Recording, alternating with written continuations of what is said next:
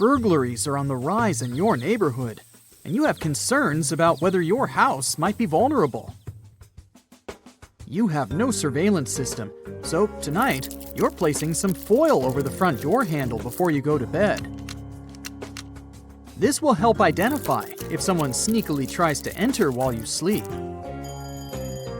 You wake up the next morning, and it appears the foil is slightly ripped. Someone has been here, and they're sure to return.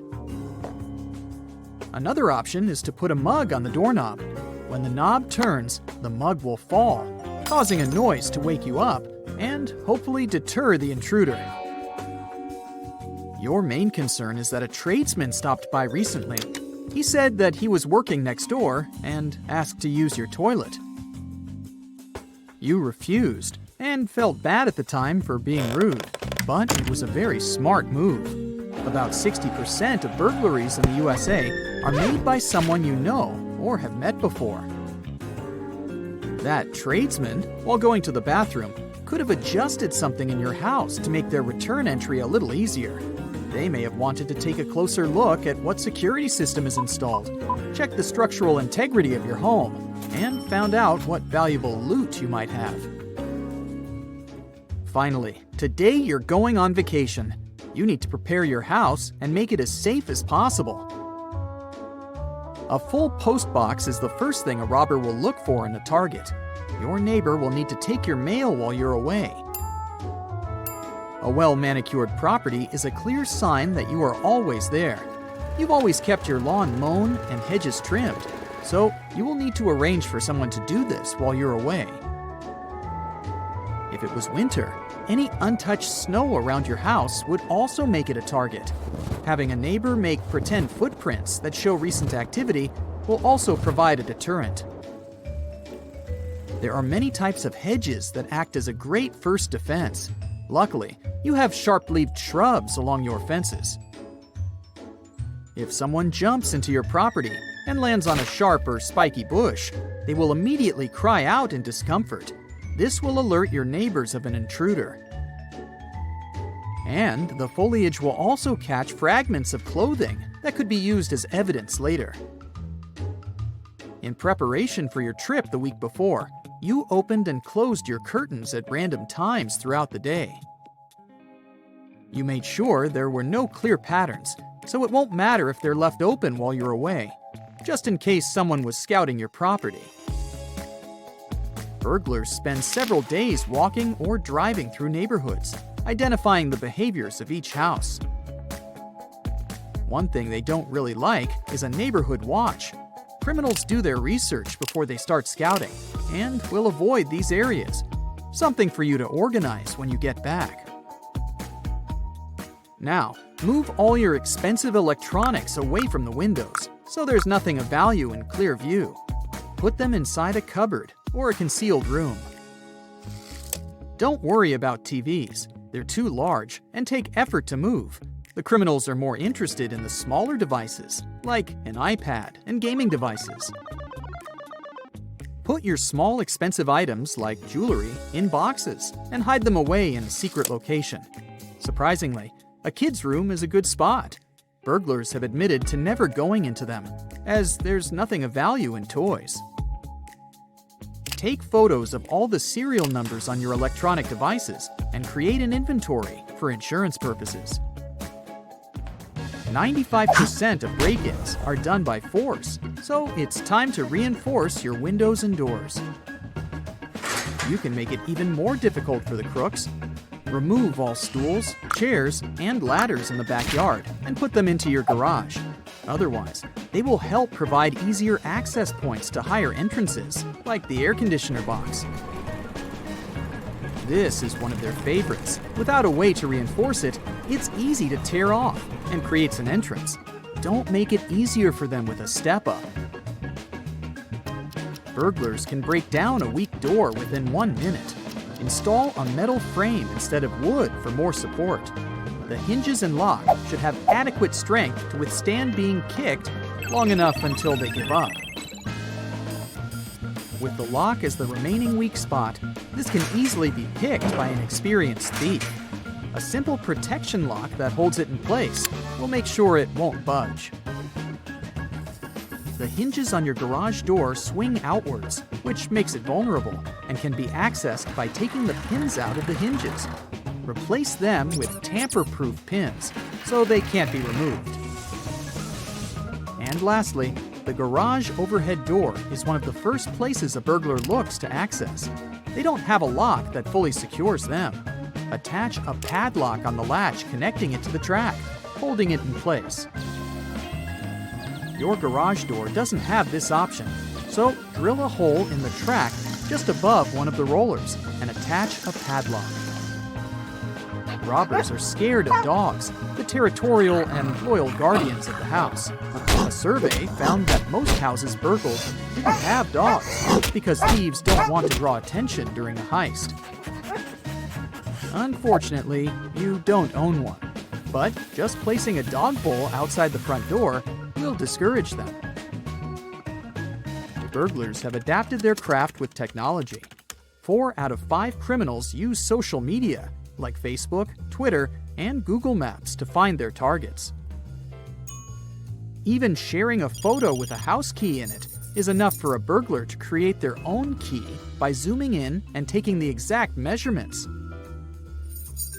Make sure your wireless network is secure and use a new, much stronger password while away. You're not only vulnerable to physical objects being stolen.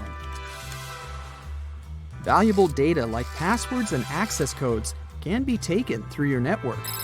And there's also the threat of infecting devices through malicious malware.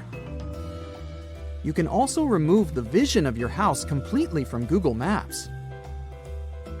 Type in your home address, find the street view of your residence, press the Options button, and select Report a Problem. You'll be taken to a screen with an image of your home, with the option to move a red square to cover your property.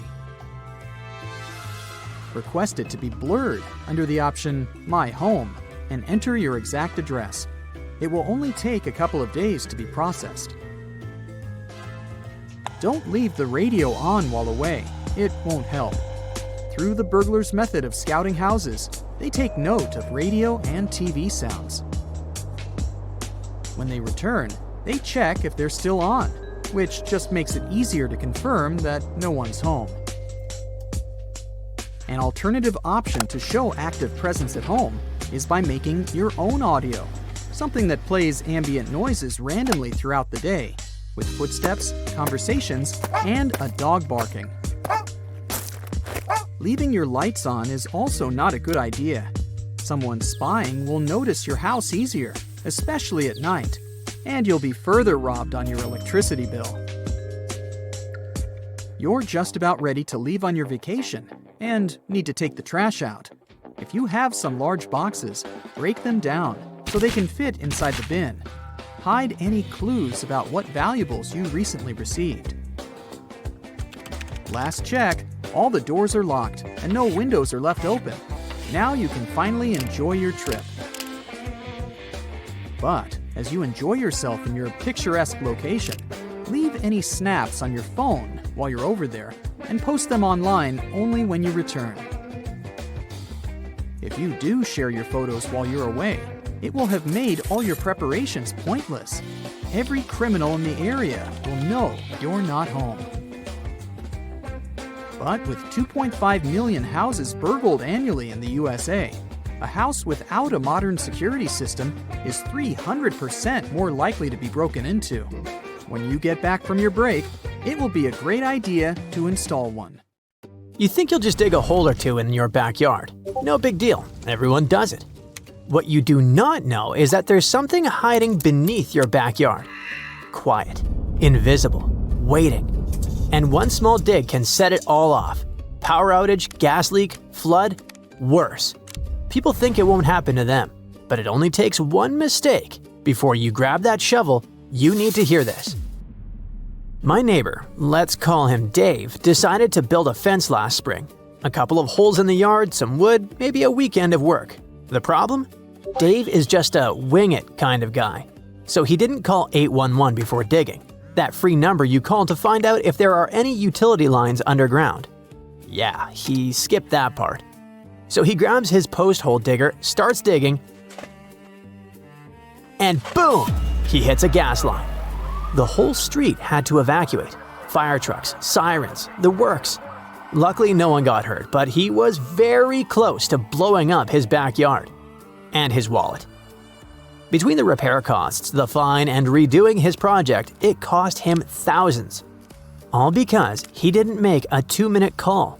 The thing is, even if you're doing something small, you never know what's under there. Power lines, water pipes, internet cables. You hit the wrong thing and boom. No Netflix for the whole block. Guess what? People will hunt you down. Another story for you, this time about James. He started digging in his backyard, not thinking twice, and hit some underground cable. The internet and half the power went out on his street. The neighbors were not amused. The worst thing though? As an independent contractor, because yeah, James did handyman work on the side, he was the one on the hook. And because he didn't do the one thing everyone tells you to do, and I mean calling 811 before digging, he got stuck paying for the damage. Thousands of dollars. And it wasn't even a big project, just a few holes in the ground. Liam thought he was just cutting a harmless little 2-inch dead gas pipe. Nope, it was a 6-inch live, high-pressure gas main, the kind that could blow the whole block sky high. When the gas company showed up to check the house, they came running out yelling the whole place was filled with gas. Liam was gonna get slapped with a big fine and pay for the repairs, the hours the gas company and firefighters spent fixing the mess, and all the emergency gear used. That could run close to $100,000. So, here's the smart move. Always call 811 before you dig. It's a free service that sends people out to mark where the utility lines like gas, water, electricity are under your property. It's super useful and it can save you a ton of trouble. On the other hand, 811 only marks the public lines that can be on your property. As for your private lines, to detect them, you need to hire a private utility locator. Now, if you're the curious type, pros have some tricks. You can look for letters or symbols near the curb or sidewalk, like W for water, G for gas, E for electric, or check plastic or concrete boxes for labels. That shows where the utilities enter. But just because you know where they start, doesn't mean you know where they go. Pipes and wires don't always run in straight lines. They twist and turn based on all kinds of things, like old landscaping or how someone installed them 40 years ago. Some lines have special tracer wires buried with them, and pros can attach a locator to those and track them underground. They might also use metal detectors or ground-penetrating radar. Or if they're really old school, something called a water witch, which sounds made up, but it's real. And yes, you can try some of this on your own. You can even buy some tools on Amazon. But they're pricey, kind of confusing to use, easy to mess up, and scientists do not recommend using them, saying they don't really work. So the fastest and safest move is just calling 811. But how deep are those underground water and gas lines really? Spoiler, there's no one-size-fits-all answer. Water lines, for example, can be buried anywhere from 12 to 36 inches deep, depending on where you live. If you're in a cold area, they're usually deeper, so they don't freeze and burst in winter. It usually depends on your climate and soil. Want to make a guess where yours might be? Look up your local frost line depth. That's the level in the ground where the soil freezes in winter.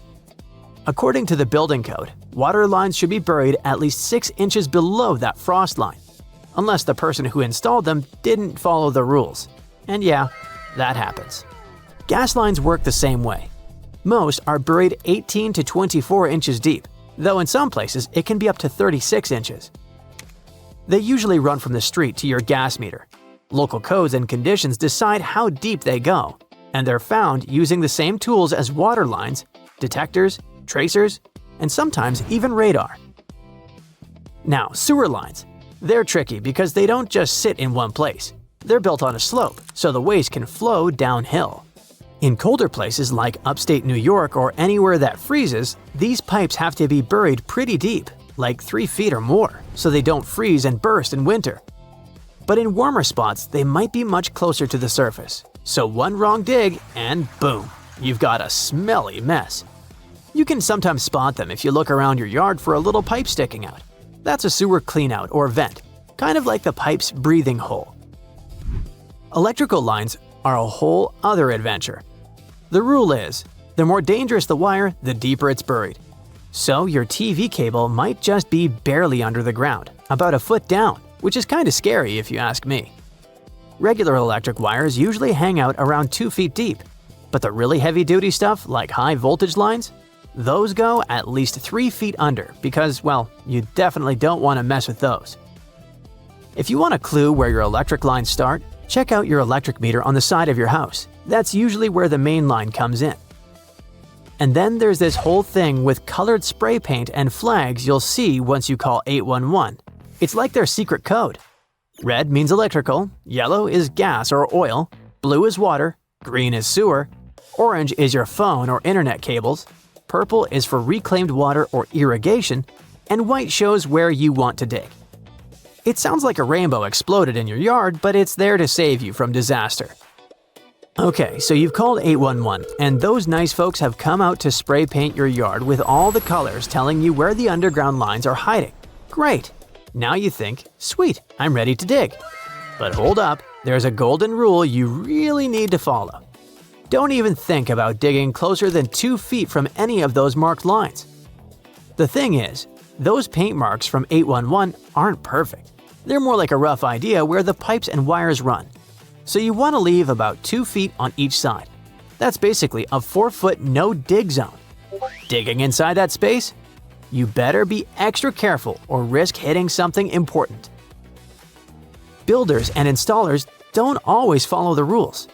Sometimes they bury pipes shallower than they should to save time or money. So when the time comes to get your hands dirty, don't go wild with the power tools near those lines.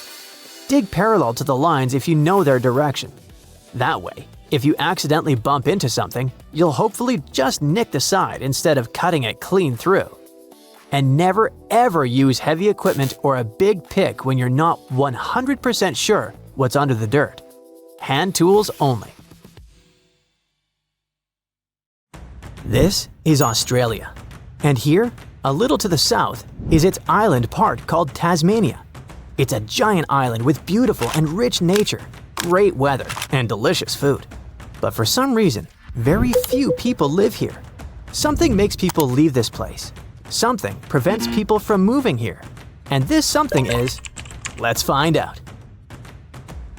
So, the population of Tasmania is over 500,000 people. That's not a lot. In fact, Tasmania is Australia's smallest state by population. But it's the 26th largest island in the world. Its area is about the size of Ireland or Switzerland. In other states, the area is much smaller, and there are quite a lot of people.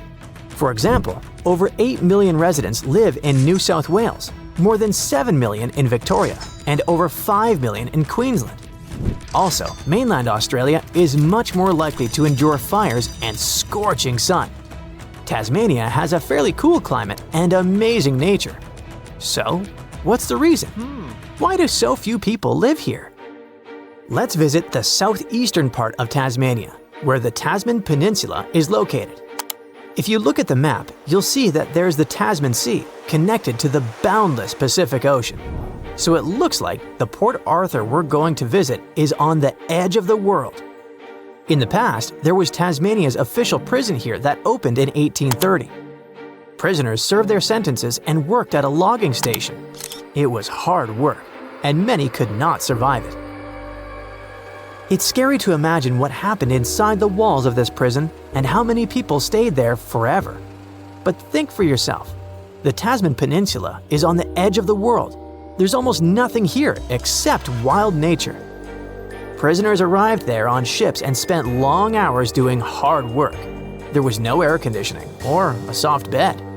There was no hope of getting out of there. Some guards treated them cruelly. They were starving. Some got bitten by venomous snakes. There was nowhere to escape. The prison closed in 1877, but even today, it still inspires horror among tourists. Not only because of its appearance and history, but also because of the strange phenomena that occur there. According to rumors and legends, the spirits of prisoners roam the territory of Port Arthur. And on Monday morning, you can hear bells ring in an old ruined church building. But the thing is, the bells haven't been there for a long time. Of course, those are all rumors, and there are no confirmed facts, but you might feel uncomfortable in this place because of its sinister past and creepy atmosphere.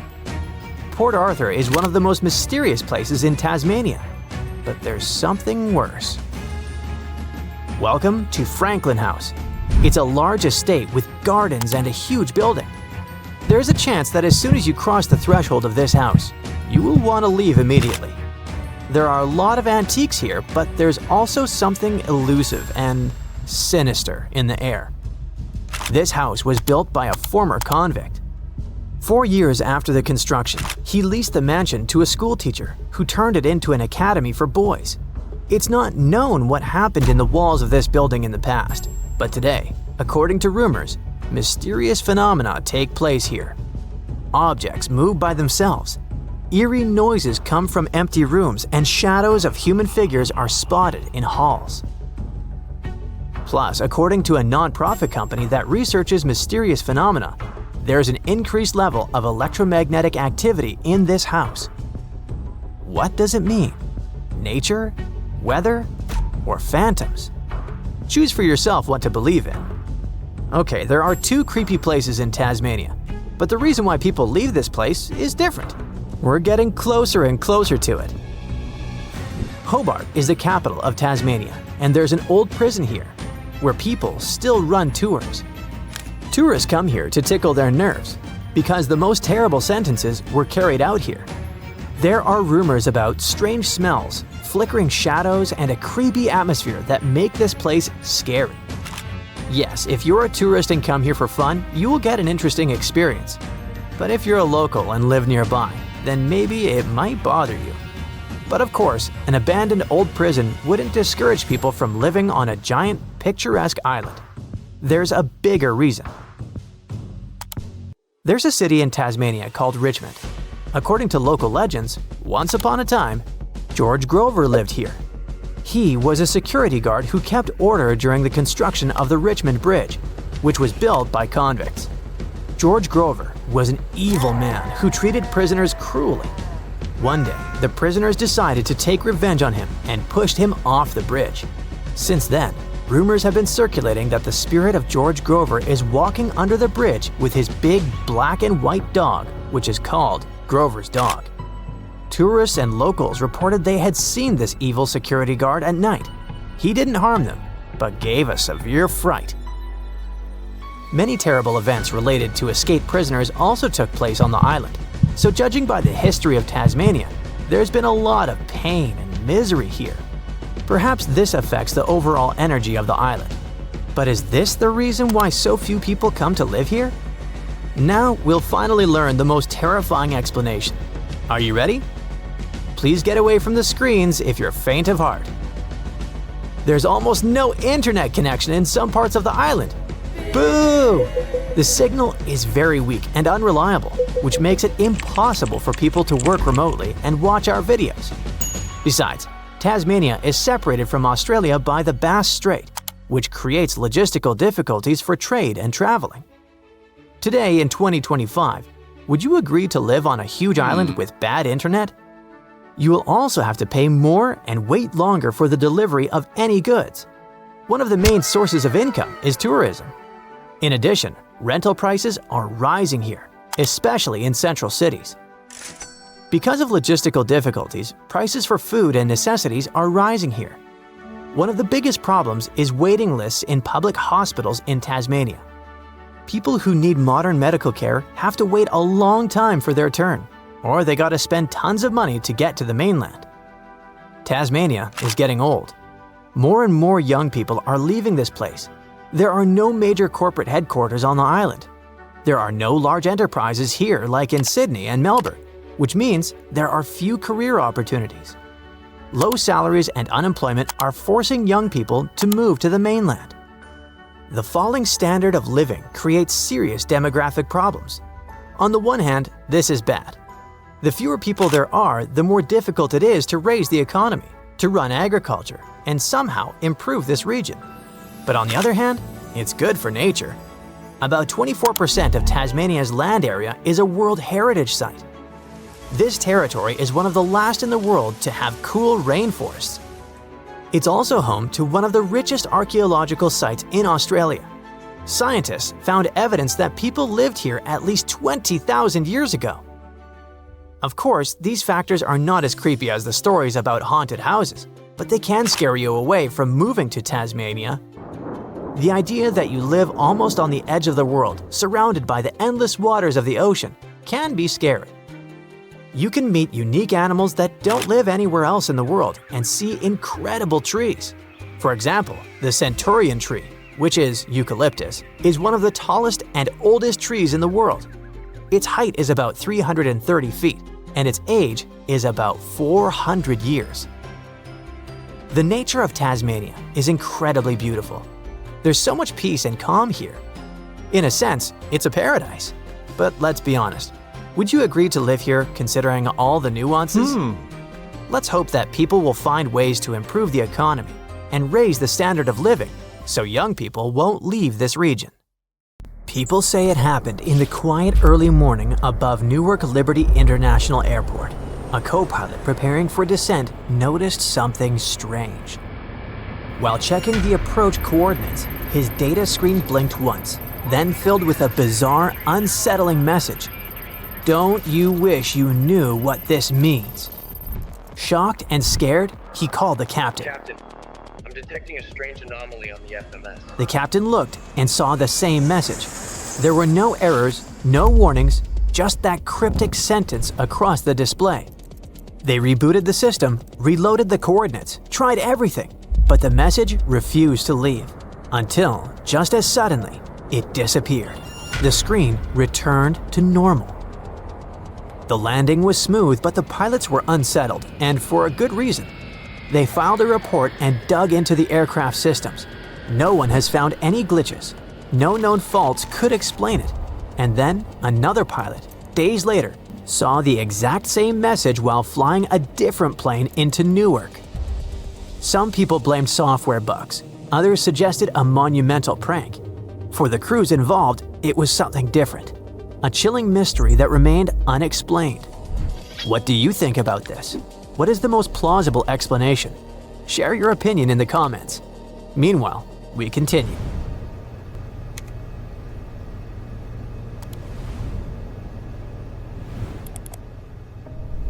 One of aviation's eeriest legends involves the ghostly aftermath of Flight 401.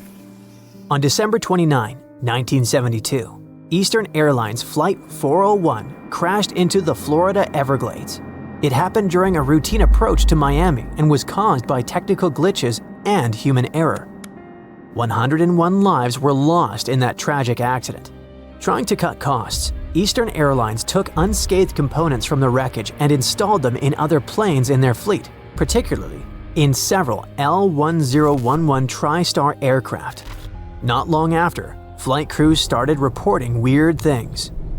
For example, flight attendants claimed they spotted the captain of the crashed flight seated in passenger rows, looking terrifyingly real.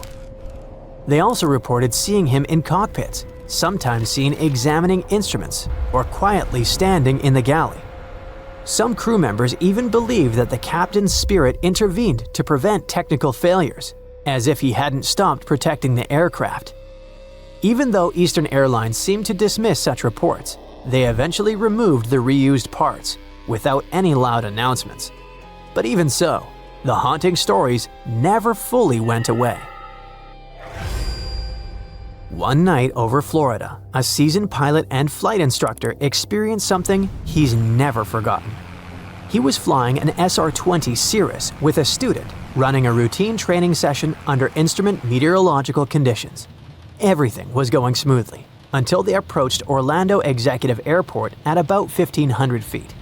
That's when the aircraft's radio, tuned to the emergency frequency 121.5 MHz, suddenly crackled to life.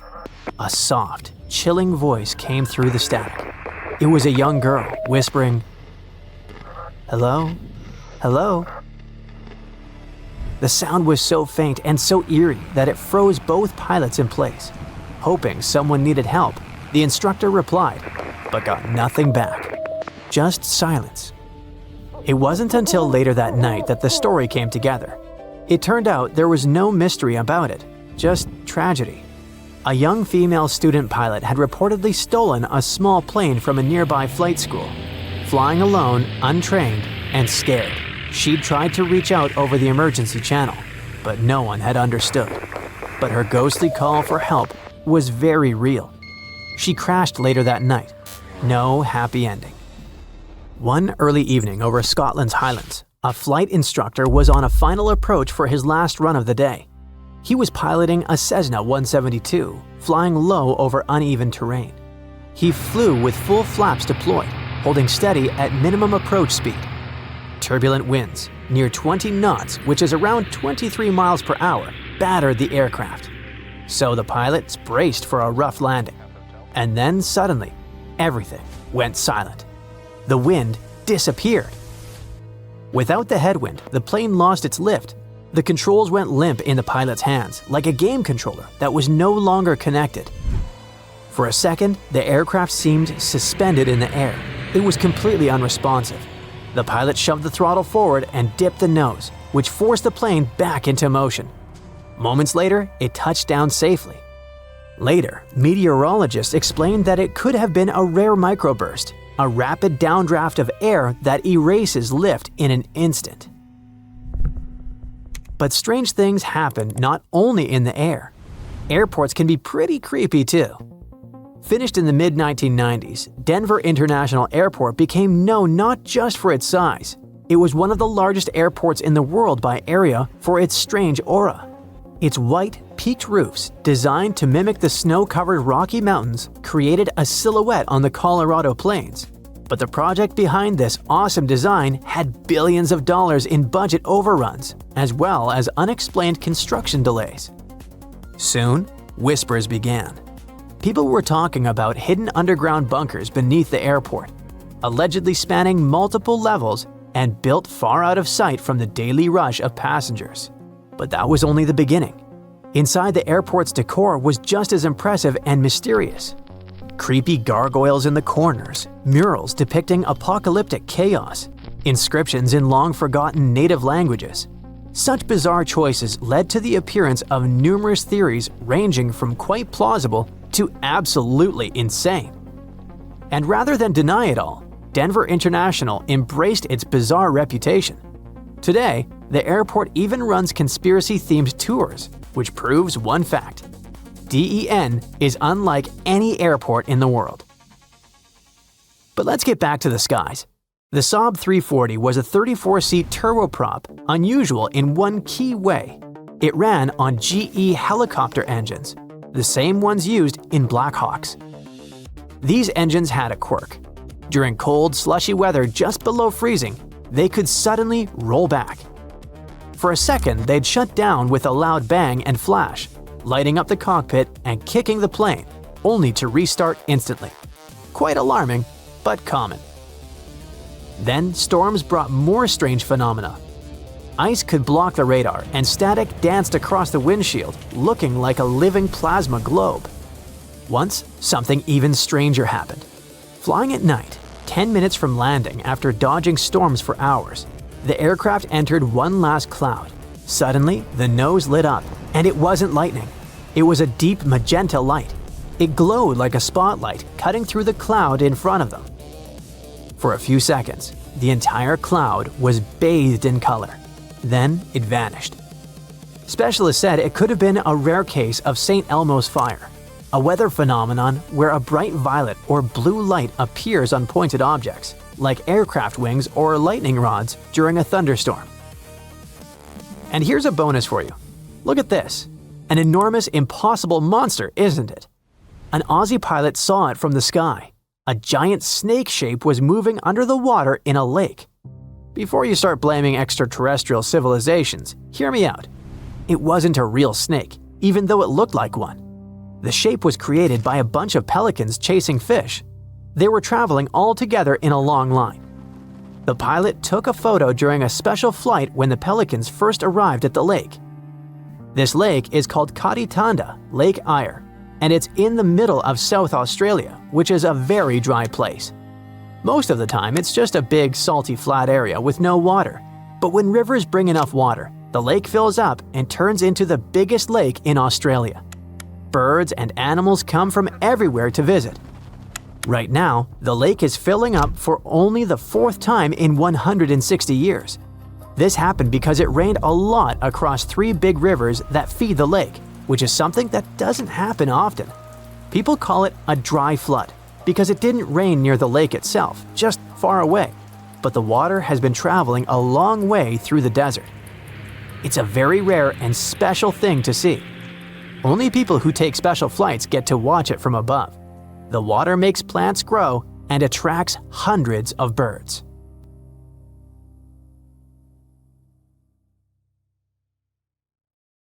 There's something curious about Scotland when seen from above. An almost perfectly straight line cuts right across the country from coast to coast. You might have never noticed, but that giant scar has existed for hundreds of millions of years. And right along its path lies one of Earth's biggest mysteries, the Loch Ness Monster. Meet the Great Glen Fault. Just like other major fault zones around the world, it was born because of the movement of Earth's tectonic plates. So let's go back in time, like 430 million years ago. At that point, a massive geological drama was going on called the Caledonian Orogeny. Now, orogeny is just a fancy scientific word for how mountains are formed. So this whole region looked totally different back then. There were these 3 ancient continents called Laurentia, Baltica, and Avalonia. Think of them like, giant puzzle pieces slowly floating around on Earth's surface. Over millions of years, these enormous chunks of land drifted and eventually smashed into each other. When they collided, the edges of the continents crumpled and folded, kind of like a piece of paper bunching up when you push it from both sides. But some scientists believe the continents didn't just crash straight into each other. Instead, they started sliding sideways past one another. Imagine pressing your fingertips together and rubbing your hands back and forth. That sideways motion is what scientists call a strike-slip fault. What I mean is, these massive blocks of rock move side to side rather than up and down. So, bit by bit, the land on either side of the fault kept inching past each other, shifting by several miles over geologic time. During the late Cretaceous to early Tertiary, which happened roughly 66 million years ago, the region shifted once again. This time, scientists believe the land's displacement was about 64 miles. Then, the ice ages came along. Rivers and glaciers found that giant crack in the Earth and dug it out even more, making it deeper and wider. That's how they carved out the lakes that follow the fault's path.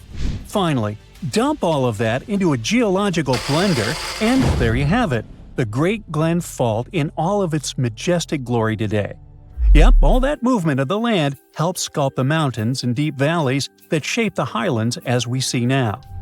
Now the interesting thing is, the story of the Great Glen Fault doesn't stop in Scotland. This scar in Earth's crust actually has a secret twin across the ocean. The fault probably continues on the other side of the North Atlantic, over in North America. But over there, it's no longer one continuous crack. About 200 million years ago, Earth decided to shake things up.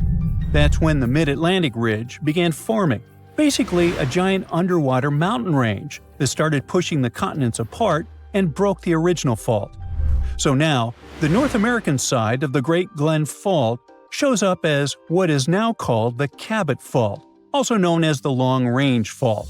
It slices through the length of northwestern Newfoundland in Canada and even stretches out into the Gulf of St. Lawrence. Meanwhile, back in Scotland, the fault lines up perfectly with the Great Glen, a valley about 62 miles long, stretching from Inverness in the northeast all the way to Fort William. And it's filled with gorgeous lochs. One of the largest and most famous of these lochs, of course, is Loch Ness. Yes, I'm talking about the Loch Ness, that mysterious stretch of water that's said to be home to the Loch Ness Monster. You know, the legendary creature with the long neck that likes to poke out of the water every now and then, and that sends shivers down the spines of anyone lucky or unlucky enough to catch a glimpse. At least, that's what people say. But despite many years of searching for the creature, everything from thermal imaging drones to miniature submarines, no one has found any real evidence of the monster. And one interesting fact is that the Loch Ness Monster might be directly linked to the Great Glen Fault. Some geologists think that plenty of Nessie sightings might actually be, well, just simple bubbles, big ones, and they were probably caused by the fault itself. The thing is, all the movement in this region hasn't been confined to millions of years ago. Over the past 150 years or so, there have been occasional moderate earthquakes rumbling through the highlands. When the fault lines shift, even just a tiny bit, they can release gas pockets trapped underground. Then rising gas bubbles can disturb the surface of a lake, creating ripples, waves, or sudden bursts of movement across the water. And that's exactly the kind of thing that might look to someone standing on the shore like a giant creature swimming just beneath the surface. But in reality, it could simply be the Earth shifting by a fraction of an inch along that ancient fault. Or, as I like to put it, the lake has farted. Big question, is this region still moving? I mean, is this big geological map actually getting bigger nowadays? Well, it's hard to say, because scientists don't all agree. Some researchers think the Great Glen Fault is still active today. They consider it a reactivated strike-slip fault, meaning there might still be some action happening deep underground. The rocks on either side might still be straining and inching past each other. And in fact, occasional moderate tremors have been recorded over the past 150 years, usually with magnitudes of around 3 or 4. But not everyone is convinced. Other scientists point out that there is no solid evidence of significant modern activity along the main fault. And the seismic activity over the past few centuries hasn't been strong enough to prove the fault is seriously on the move. Take the Inverness earthquake that happened in 1901, for instance. To this day, it's considered one of the strongest that ever happened in Scotland. People felt it all across the country, and the earthquake damaged several buildings in Inverness. The situation was so intense that it gave the feeling of, oh boy, this crack is definitely growing. But the specialists aren't so convinced. Some believe it likely happened on a secondary fault connected to the Great Glen Fault, but not directly on the main fault itself. So, once again, it's hard to say for sure whether the Great Glen Fault is still actively moving today. Despite all the different studies and debates over many years, there are only a few conclusions about this huge gap that everyone agrees on. The fault is unusually straight, it is super ancient, and it is extremely deep by any standards. That's not the only cool fact about Scotland's territory, though. Let's travel to the islands that lie off the northwest coast of the mainland, to the Isle of Skye. This place was once home to a wide variety of dinosaurs during the Middle Jurassic period. The thing is, finding dinosaur fossils from this time period is super rare, but the Isle of Skye is an exception. Specialists discovered that about 167 million years ago, give or take, dinosaurs were mingling on the muddy edges of a warm lagoon over there. As they gathered around this ancient watering hole, they left behind layers of overlapping footprints. Specialists first noticed these tracks in the early 1890s, but at the time, they concluded that the impressions were petrified burrows of ancient fish. But then, in 2019, a graduate student from the University of Edinburgh went there and figured, nah, these are definitely three-toed dinosaur footprints. And he was right. Over several years of fieldwork, he and his colleagues discovered more than 130 individual prints. The team believes that the tracks were left by megalosaurs. These were large dinosaurs, around 20 feet long, and they were serious meat-eaters. In fact, they sat right at the top of the local food chain during the Middle Jurassic. But at the time those footprints were made, these big boys probably weren't hunting prey. No, their tracks show that they were just walking around, wandering in different directions, probably hanging out near the water. And this spot is so special because it gives us a rare peek into what life was like in the Jurassic period. You type Tonga cliff mystery into Google and this pops up. A rock. Yep, just a rock. At least at first glance. But it gets weird once you realize this is actually a 2-story tall boulder perched on top of a 120-foot high cliff in Tonga. And it's chilling there, at a whopping 128 feet above sea level. So, how the heck did this rock get there?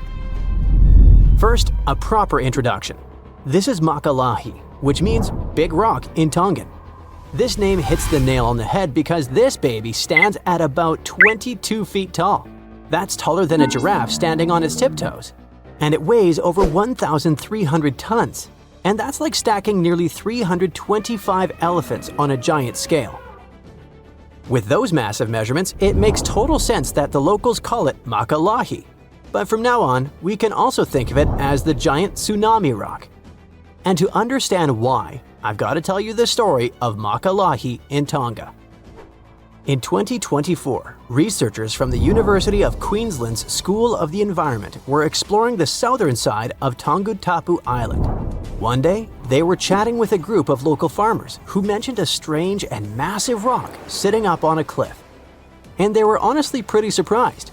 After all, it didn't make any sense for such a huge boulder to be located that far inland, especially since it's sitting about 656 feet away from the edge of the cliff.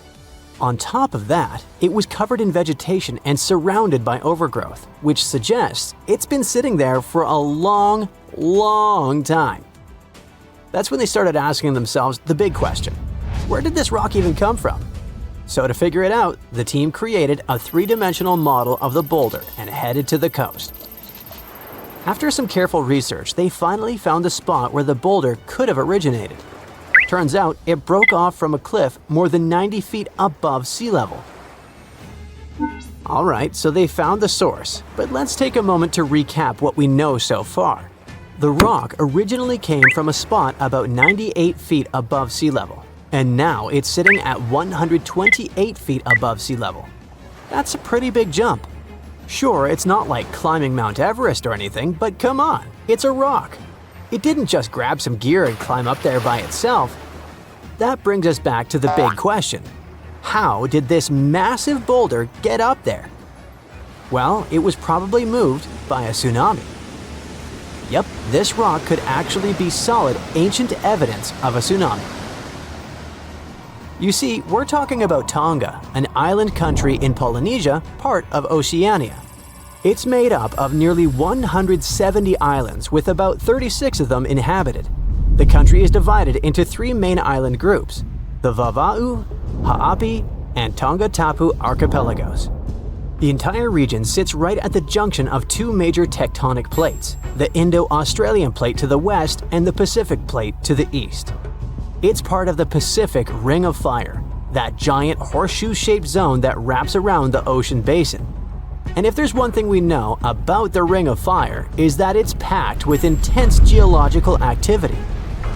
With lots of earthquakes and volcanic eruptions happening all the time, and those events can absolutely trigger catastrophic tsunamis. Tonga is no exception.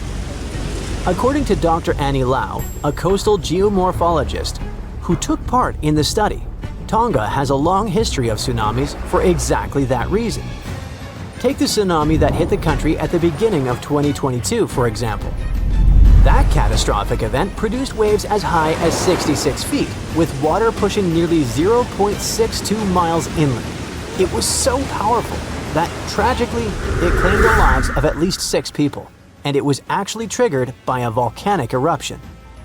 So yeah, tsunamis are pretty common in Tonga, thanks to all that magma and tectonic activity constantly happening beneath the surface.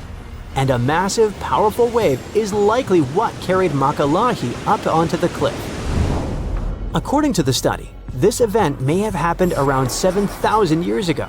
That's even older than the first human settlement in Tonga, which is believed to have occurred roughly 3,000 years ago. Interestingly, that estimated timeline lines up with evidence of a massive tsunami that hit New Zealand's North Island, around 1,300 miles southwest of Tonga. The researchers had a theory. Now all they had to do was run the numbers to see if it was actually possible. So they measured the boulder's size and weight, then used that data to model how big a wave would have to be to push such a massive rock that far inland. Their findings suggest the boulder may have originally sat near the edge of a cliff, but was shoved inland by a tsunami. The wave lasted about 90 seconds and reached up to 164 feet in height. That's almost as tall as Niagara Falls. Just to give you a perspective, that's significantly larger than the waves recorded during the Indian Ocean tsunami in 2004 or the Tohoku tsunami in 2011. Now, here's the thing. These tsunamis were triggered by earthquakes, and waves caused by earthquakes usually top out at just a few tens of feet. So, in Mokele-Mbembe's case, it probably wasn't an earthquake that did the job. Instead, it's possible the wave came from a landslide tsunami. This theory suggests that the earthquake not only generated a tsunami that flooded the island, but it probably also triggered a massive landslide. When a huge chunk of material suddenly slides into the ocean or something shifts quickly underwater, it can create a landslide-triggered tsunami, and that landslide, in turn, may have produced a second tsunami. One powerful enough to carry Mokele-Mbembe and drop it where it still sits today. Now, while science may have found a likely explanation for how the rock got to such a strange location, many locals will probably continue to pass down the traditional stories tied to rocks like this one. According to Polynesian mythology, coastal boulders like Mokele-Mbembe were placed by the legendary hero Maui. In some legends, Maui used a giant boulder and a magical rope made from the hair of the deity Hina to anchor the sun and slow it down. Another story is known as the Maui Throwing Stones. It refers to a group of 8 coral limestone boulders located in the village of Havelukilu on Tongatapu. The myth mentions that these massive stones were thrown to Havelukilu by Maui from the neighboring island of Eua. The story goes that Maui was annoyed by a rooster that woke him up every morning, so he picked up stones and hurled them at the bird. And that's how the rocks from Eua ended up in Tongatapu. Now here's the interesting part. The term white chicken in Tongan also means foaming waves, so some believe this story may actually be a metaphor for a tsunami. Even though these myths don't mention Mokele-Mbembe directly, they show how important rocks like these are to local people. Now, we can say that this archaeological evidence is not only important for culture, but also for science. The recent study gives us some fascinating theories about how the rock ended up so high up and so far inland. But researchers still need to find what's called a landslide scar to prove their point and fully solve the Tonga Cliff mystery. Follow-up research is crucial because it will help us to uncover what triggers these kinds of events and how often that might happen. And who knows? One day we might come across new cases of giant rocks moved by giant tsunamis, each one carrying its own story from the deep. In the late 17th and early 18th centuries, Europe was infested by vampires. The situation got so wild that authorities stepped in, and even military officers investigated these creepy cases. And their conclusion was clear. Yep, vampires are definitely real. Now, we're talking about a long time before Dracula showed up in books and movies. Back then, people genuinely believed those who had passed could rise and drain the living of their blood. Tragically, their victims would not survive the encounter. But vampires didn't stay at rest. Instead, they continued walking, interacting among the living and infesting villages. These beliefs spread rapidly, causing panic across regions. It all kicked off in Eastern Europe, specifically Serbia. Villagers started panicking after mysterious passings occurred one after another. Take the story of Petar Blagojevic, a Serbian peasant who passed in 1725. Shortly after his burial, villagers claimed that Petar returned, knocking on doors and asking for shoes or food. Sounds harmless, right? Well, not really. Within days, those villagers began mysteriously passing away too. 9 people perished in total. Everyone freaked out, insisting Petar was responsible, as if he managed somehow to come back from the grave at night to feast on the living. Eventually, authorities dug up Petar's body to see what was going on. They wanted to check if there were any signs that he was still alive. So they looked closely at his hair, beard, and nails to see if they had grown. And they actually had. In fact, there was no sign of decomposition at all. His body looked fresh. Then they found something even weirder. There was some blood around his mouth. And that was enough for people to say, "See, he's definitely a vampire." Then came Arnold Paoli, arguably the most infamous vampire of them all. He was a soldier who lost his life after falling off a hay wagon and breaking his neck. But there was something strange about it. Before that tragic event, Paoli claimed he had been bitten by a vampire once. Luckily, he said he cured himself by eating soil from the vampire's grave and smearing himself with its blood. Sorry, not exactly dinner table talk, eh? But hey, if he was cured, no one had anything to worry about after he was gone, right? Well, not exactly. Within a month after Paoli was buried, 4 people said they were being tormented by him. And not long after that, they were gone too. 10 days after Paoli was buried, the villagers dug him up, just to be sure everything was, well, normal. And this is where things got eerie. His body hadn't decomposed. His hair, nails, and beard had all grown longer, and fresh blood was dripping from his mouth. Remind you of someone? Yep, our guy Peter. But in Paoli's case, it was more disturbing. The blood wasn't just coming from his mouth. It was pouring from his eyes, nose, and ears. His shirt, his coffin, everything was completely soaked in red. Now, terrified, the villagers drove a stake through his heart and burned his body. Oh, and they also dug up the 4 people they believe he had targeted just to be safe. They went through the same process with them just to make sure none of them would return as vampires. Hey, who knows? But their vampire nightmare didn't stop there. A few years later, in the winter of 1731, a new epidemic occurred. 13 people passed within several weeks. Eventually, even local authorities stepped in, sending official investigators to calm things down. Their reports, incredibly, concluded that the vampire attacks were real, at least according to witnesses. That official validation changed everything. They kicked off a wave of vampire hysteria all across Europe. But why was everyone so quick to believe those who had passed away were coming back? One big reason was how little people understood health problems at the time. Bodies that appeared fresh or swollen after burial, blood around mouths, or even fingernails and hair seemingly growing, these natural post-mortem changes were mistaken for supernatural signs. Another thing villagers misunderstood was decomposition itself. Natural gases cause bodies to bloat, making them look as if they had recently been active. This terrifying image reinforced local beliefs that these people weren't at rest, but instead returning to cause harm. Plus, under certain circumstances, the decomposition process can be delayed for a long time. One reason this can happen is because of something called saponification.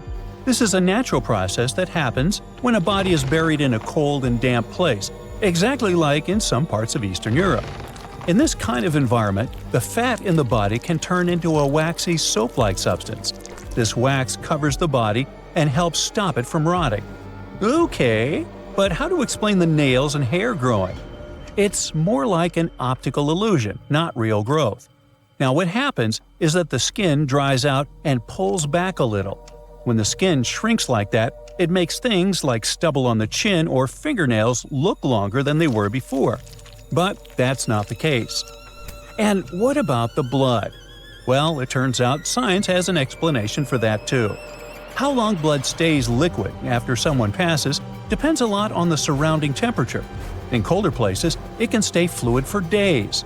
So if a body was dug up, there's a good chance they'd still find liquid blood in the veins.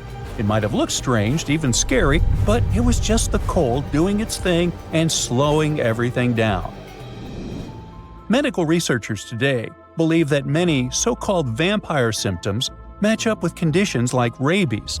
Back then, most people in these communities kept animals around, and villages were usually near forests full of wildlife. And there's still no truly effective cure for rabies. This condition can cause things like insomnia, aggression, biting, and even a fear of water, which lines up closely with the way vampires were described. So it turns out all these supposed supernatural events had logical explanations. Today, we might make fun or roll our eyes at the idea of real vampires roaming around Eastern Europe. But back then, those fears were taken very seriously. Whole communities were thrown into panic. There are plenty of documented cases where families dug up their loved ones and removed their hearts, all because they believed the person was a vampire behind the strange things happening to the rest of the family. And newspapers across the continent picked up these stories, spreading the fear far beyond where it all started. What's wild is that stories about blood-sucking creatures didn't just show up in Europe. Similar myths popped up across different continents and time periods. In the Philippines, for example, there is the Manananggal, a flying creature that splits in half. In Chile, they've got the peyote, a shape-shifting being that drains blood. And in Australia, some indigenous tribes told stories of the Yaramayahu, a little red creature that drops out of trees and drinks your blood with suckers on the ends of its hands and feet. How cute! Well, back in Europe, the hysteria faded by the late 18th century, thanks to growing medical knowledge. But as you know, the legend never really went away. It just shifted into literature and gave rise to famous characters like Dracula. The author, Bram Stoker, was inspired by stories that had been going around since the 1700s. But he turned them into romanticized fictional monsters.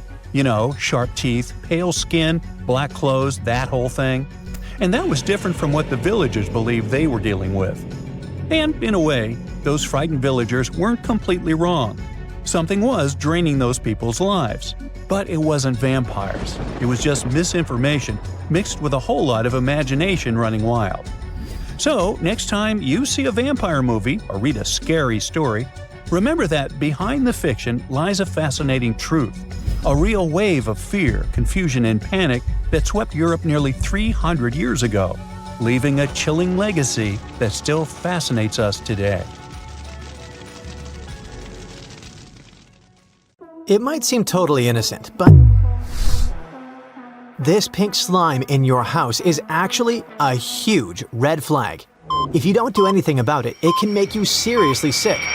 People call this uninvited tenant pink mold, although it's bacteria, not fungus. These little monsters prefer warm, wet environments and like to have fatty substances like soap residue or shampoo for lunch. All this makes your shower, tub, toilet, the shower curtain, and other places around your bathroom their dream home. Now, before you run to the bathroom and scrub the pink mold until you drop, you need to know it's not a threat to everyone.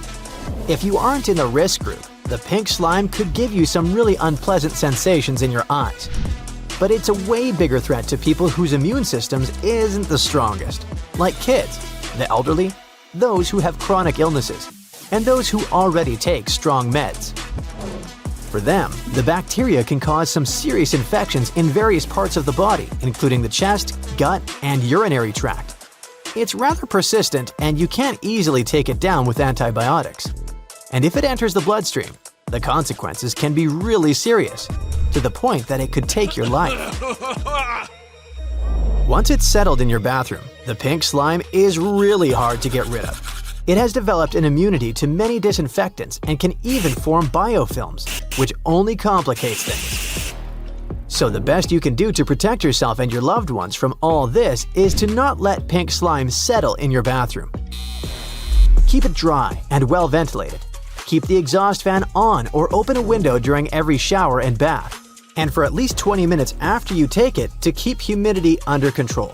Clean your bathroom at least once a week. And when I say clean it, I also mean places you've possibly never cleaned before, like your shower curtain.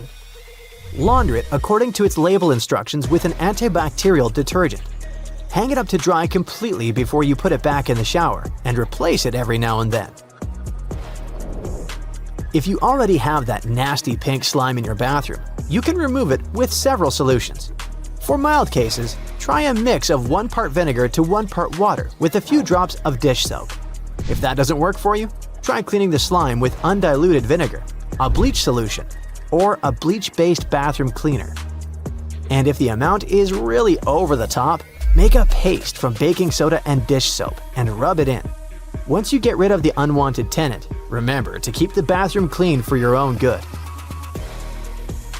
Another guest you'd rather not host is black soot that appears on your walls and ceilings, seemingly out of nowhere. This powder forms when carbon-based materials like candles or gas don't burn completely. It mostly settles near light switches, outlets, and the base of doors. It might seem harmless and just ruin the aesthetics of your house, but it can actually do a lot of harm to your health too, and cause asthma, heart problems, and other more serious problems. Just like with the pink slime, infants, the elderly, and those with existing health conditions are especially at risk. To prevent black soot from forming, you might want to reconsider your choice of candles. Opt for the best ones, high-quality candles that do not soften so easily. Use candles with single wicks, as multi-wick candles produce more soot. Scented candles could also be a problem, as they contain volatile aromatic components, some of which may not burn completely. After burning candles in your house, make sure to ventilate it well. In fact, unless you're a hardcore real candle fan, try the LED alternative. Also, check out your heating gadgets every now and then. Furnaces, especially gas ones, often cause black soot if they aren't well maintained. If you already have black soot, try using a dry cleaning sponge to absorb what you can from the mess. These sponges are more gentle on your surfaces, so you shouldn't ruin paint or finishes. If it doesn't work, try adding a small amount of rubbing spirits to your cloths. And if that fails too, you might want to call the professionals.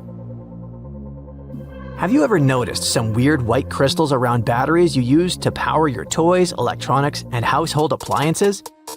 It's a clear sign the battery is damaged and liquid battery acid is leaking out and putting you at risk. If this acid gets onto your skin, it can give you some serious problems, such as chemical burns. And it's even worse in the case of your eyes. It could make your eyesight worse, or even cause blindness. If you accidentally inhale it, there will be serious respiratory issues. Batteries leak for all sorts of reasons, from damage when you drop them to super hot or cold temperatures, or just poor quality. To avoid all this, choose good batteries, preferably lithium. Keep them in a cool, dry place and don't let them expire. If you notice bulging or corrosion in the casing, get rid of that battery. Bye-bye. In case precautions didn't help and your alkaline battery is leaking, put on gloves and goggles and neutralize it with vinegar. Scrub the battery gently with a toothbrush, then wipe with a damp cloth. Get rid of residue in a sealed bag. If your house suddenly smells like fish and you aren't cooking it for lunch, it's time to call an electrician. This smell of fish or burning plastic near the outlets is a sign that the wiring insulation is beginning to melt, as there's an electrical fire just beginning. Those fires cause many house fires and plenty of damage to businesses. Electrical fires usually happen when there are some problems with the wiring in the building.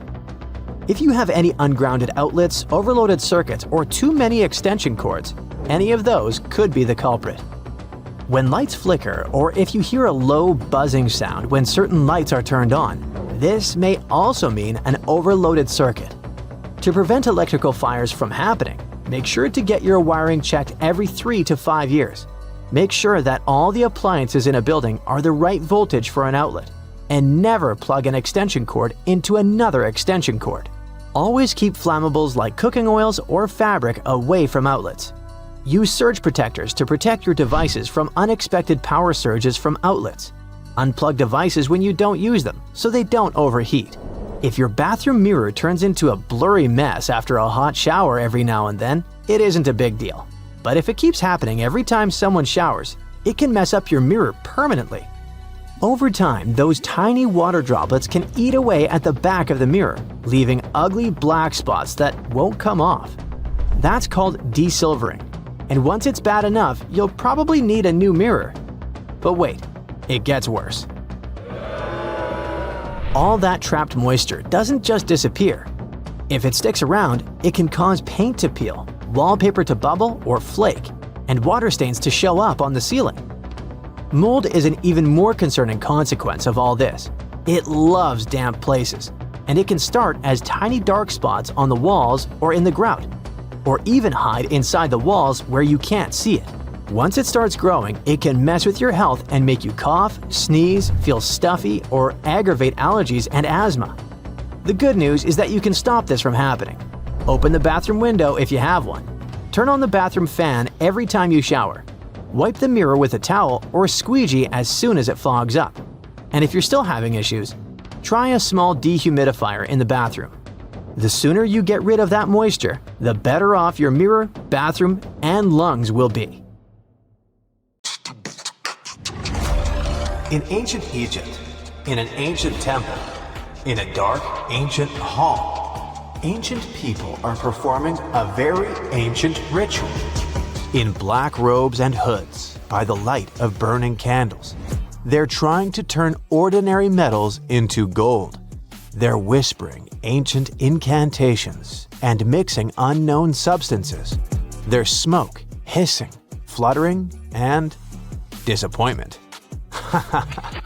Guys, you can try as much as you want, but you won't succeed. At least for a few thousand more years, until 2025.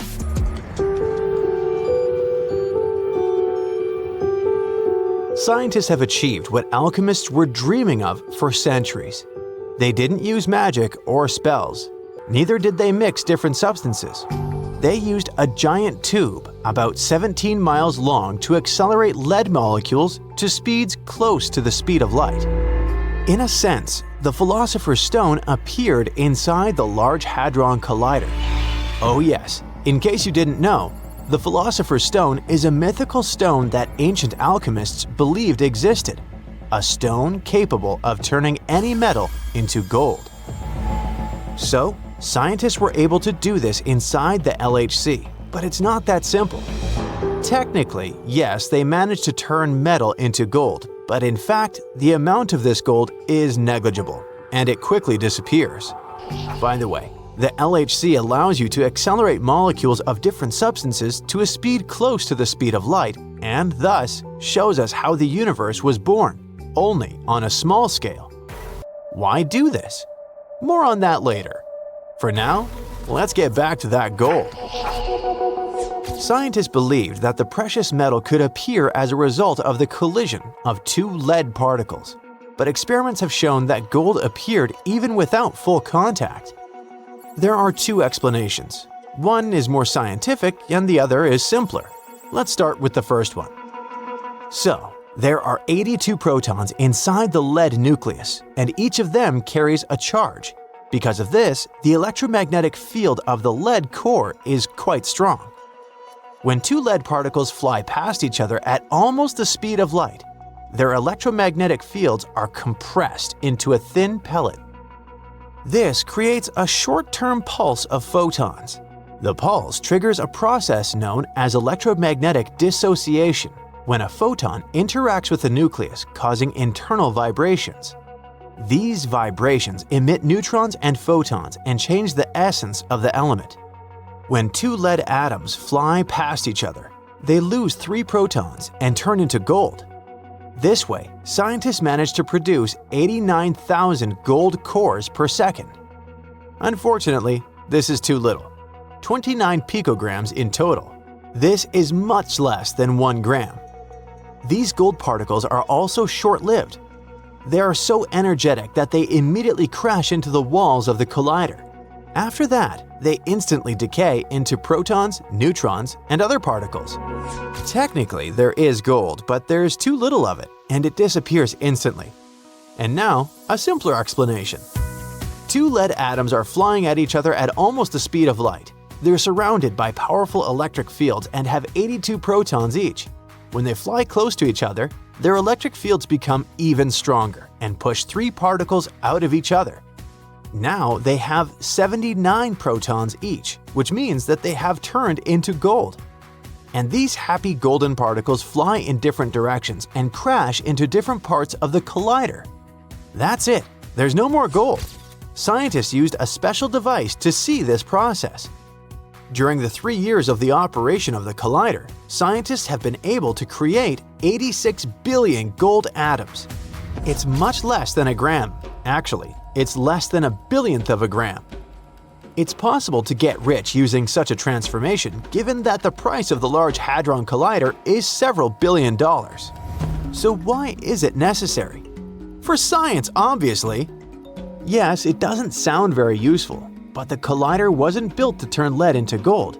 Its purpose is to explore our universe through the micro-universe. For example, the LHC helped discover the Higgs boson. You probably haven't heard anything about it, but it's one of the greatest discoveries of recent times. Let me explain. A barbell, a hair, an apple, a drop of water. All these objects have different weights. But why? What makes them have a certain mass? Scientists have suggested that the entire universe is filled with the Higgs field. It's like an invisible syrup. Some particles get stuck inside this field and become heavy, like protons. Others easily glide through this syrup, like particles of light, photons, that have no mass. Without the Higgs field, atoms would fly apart and then nothing would have any weight. Imagine how chaotic the universe would be. So in 2012, scientists were able to detect a small piece of this syrup with the help of the LHC. They named it the Higgs boson. The Large Hadron Collider also helped to detect quarks. These are small particles that protons and neutrons consist of. They're like tiny pieces of Lego, forming a particle. Previously, scientists thought that each proton and neutron had 2 or 3 particles, but later they discovered particles with 4 and 5 quarks. It turns out that our universe is not built the way we thought. Okay, but why would we ordinary people care about that? What difference does it make if protons inside an apple are made up of 2 or 4 quarks? Wait, you'll get the answer soon. Inside the collider, scientists were also able to obtain quark-gluon plasma. It's the hottest substance in the universe, 100,000 times hotter than the Sun. The plasma appeared when experts collided 2 lead atoms with each other. Scientists believe that at the time of the birth of the universe, such a red-hot drop appeared immediately after the Big Bang. That sounds pretty impressive, but what's the point? Be patient and wait a little longer. Some of the most impressive studies deal with the search for particle twins. Scientists suggest that the electron, for example, has a shadow twin, something like a superparticle, and the same applies to everything in the universe. Scientists have not yet found such twins, but who knows what will happen in the future. The presence of doppelgangers will help us find out what dark matter is. This unknown substance makes up about 85% of the universe, but we know almost nothing about it. Gravity keeps planets in orbit, prevents Earth from splitting into billions of pieces, and keeps us on our feet. But gravity is invisible. It's some kind of force that works because, no one knows why it works. Dark matter can help answer this question. Scientists believe that when 2 particles collide, dark matter particles are born, and they want to detect this moment. The LHC changes our understanding of how the standard laws of physics work. It has shown the existence of invisible, unknown processes within the universe. The LHC allows you to unravel the mystery of quantum physics. So far, we have more questions than answers, but work is constantly underway. And of course, a question arises. Why is all this necessary? The answer is, we don't know. Yet. Physicists receive billions of dollars to conduct strange experiments where they disperse tiny invisible particles and collide them with one another. It's like learning complex mathematical formulas you will never use in life. Can't we spend this money on something else? The fact is that all these expensive studies inside the collider help us understand this world better. They change our perception of how the laws of physics work in our universe. Let's look into the past. Scientists like Michael Faraday and Thomas Edison also did some strange, incomprehensible things related to an invisible thing called electricity. But thanks to that research, we now have phones, laptops, music, speakers, computers, hair dryers, water heaters, and everything else that modern life seems impossible without. And it all started with scientists conducting experiments with some invisible energy. Look where we are now. It's difficult to imagine where the research of quantum physics will lead us in 50 or 100 years. Perhaps we will be able to travel between parallel universes or learn how to teleport. Okay, get this. Dolphins can phone each other. This is not a joke, but a fact confirmed by scientists. They put a mother and a baby dolphin in 2 separate aquariums and conducted special underwater audio communication between them. When the connection was turned on and the dolphins heard each other's voices, they started chatting. Their conversation consisted of happy whistles, chirps, and clicks. You've probably heard this chatter in wildlife movies. But I wonder, how do the dolphins dial the phones? Do they have flip phones? Get it? Flipper using a flip phone? Okay, never mind. Anyway, the most interesting thing about this experiment is that the mother and the baby recognized each other's voices through the speakers without seeing each other. They were talking fast, like it was a normal dolphin phone conversation. Think of a dog that hears its owner's voice from a phone speaker, or when you turn on a video of another barking dog. Your pet is confused and doesn't understand what's going on. But dolphins started communicating immediately, just like humans. Many animals communicate with one another through touching, gestures, biting, or growling. But dolphins have shown they can communicate without direct contact. If they understand clacking, clicking, and whistling, it means only one thing. Dolphins have their own complex, developed language, and scientists hope to learn it. Scientists called one of the elements of their language signature whistles. They use whistles to call others by name, to convey information, and to warn of danger. This is one of the most difficult forms of communication in the animal world. These whistles vary depending on the situation and the dolphin species. They raise or lower the tone, shorten the duration of the sound, or increase it by exchanging short or long words. To compare the language of dolphins with other species, scientists have compiled a table of sound properties such as length, clarity, pitch, pattern, and others. According to all the data, dolphins have the largest sound palette. Larks, the bird, took second place, by the way. But even with all this data, we still don't know much about the complexity and diversity of their language. In one of the latest studies on this topic, scientists analyze about 1,000 dolphin communication recordings made over the past 40 years. But even after that, we can't even come close to understanding it. It's possible that AI will handle this better than humans. We aren't aware of how to speak using signature whistles, but scientists know for sure that dolphins use them to express their emotional state, to share news, and to tell each other about the dangers or where their prey swims. Scientists believe that dolphins can talk about anything. They can rejoice and complain to each other. They even communicate in different styles at the same time, like people who are chatting at a noisy party. But in addition to sound signals, they use body postures, jaw claps, bubble blowing, and fin stroking. They form groups, assign tasks, and work as a team. If one dolphin knows a place with food, it will tell its friends about that, like Instagram. If they spot a shark, they'll warn others about it. There was even a case where 2 bottlenose dolphins scared a spotted dolphin. A couple of days later, this dolphin returned to that place with its friends. It's like when some bad guy bullies you and then you call your friends to help deal with him. What if we learn dolphins' language and find out that they're smarter than humans?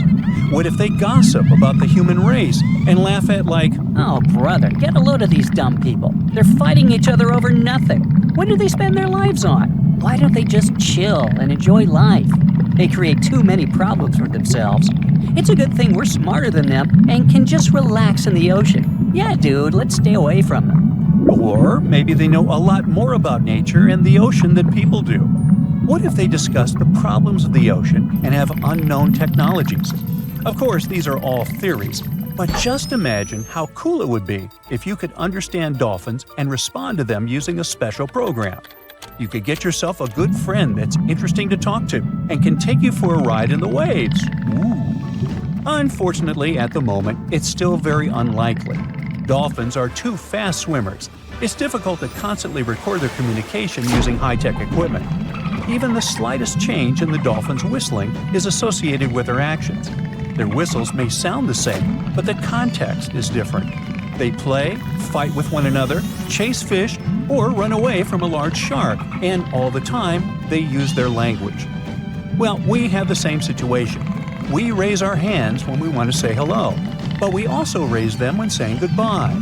Our wow reaction can mean both joy and horror, depending on the context.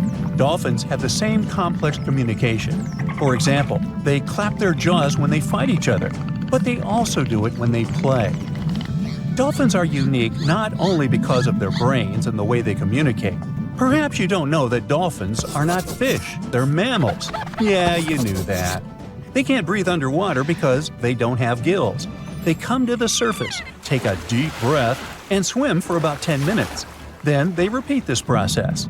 Unlike fish, dolphins don't lay eggs. They give birth to cubs, and they feed them with milk. They also have body hair. Yep, newborn dolphins have hair on their beaks. They lose it soon after birth. Why do they need this hair? Scientists believe that this is an evolutionary echo from the time when dolphins lived on land. And here's another strange fact. We've all heard how millions of years ago, fish began to slowly come ashore. During evolution, they changed their appearance, adapting to new life on solid ground, and so they gradually turned into mammals. But dolphins are unique since their development is kind of reversed. They were originally amphibians that lived near bodies of water.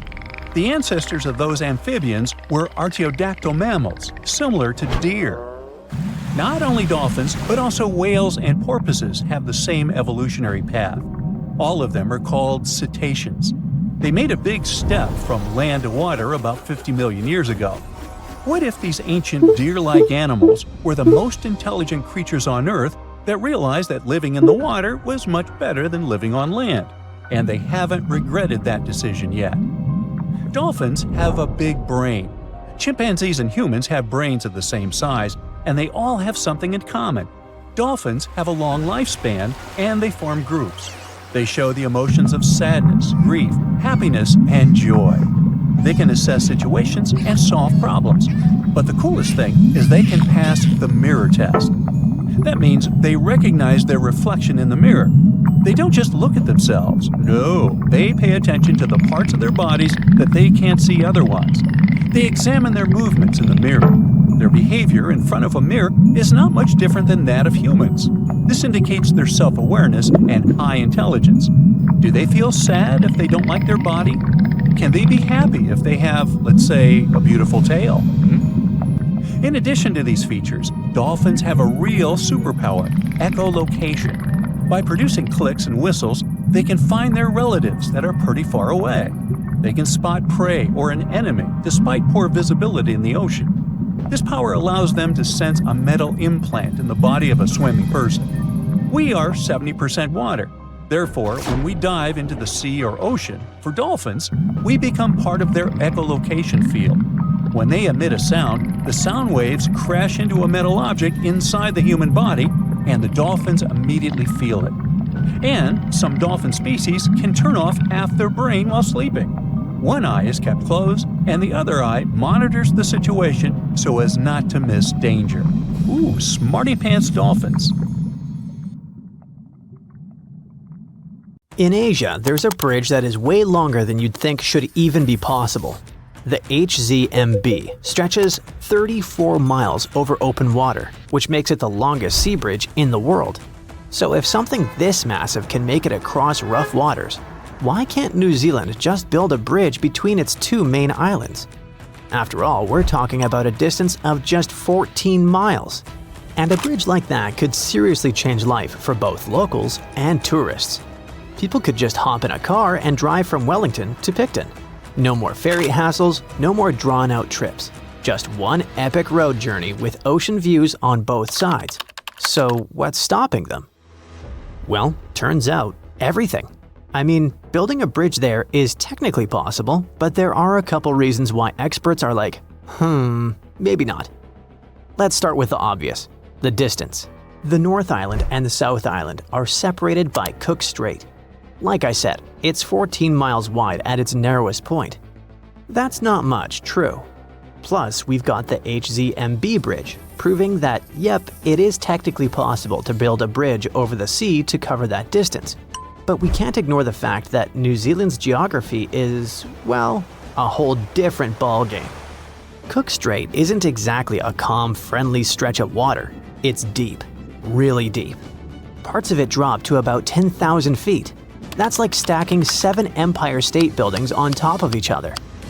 It's also a rough, moody stretch of ocean that loves tossing around ships like rubber ducks. In fact, quite a few have been wrecked in Cook Strait. And sadly, many lives were lost. You don't have to worry about it so much though, as the worst accidents happened a long time ago. The ships and ferries that cross it today are much safer. Even so, it'd be pretty hard to avoid getting seasick while crossing it. Things get even messier below the surface. The seafloor over there is uneven and unpredictable.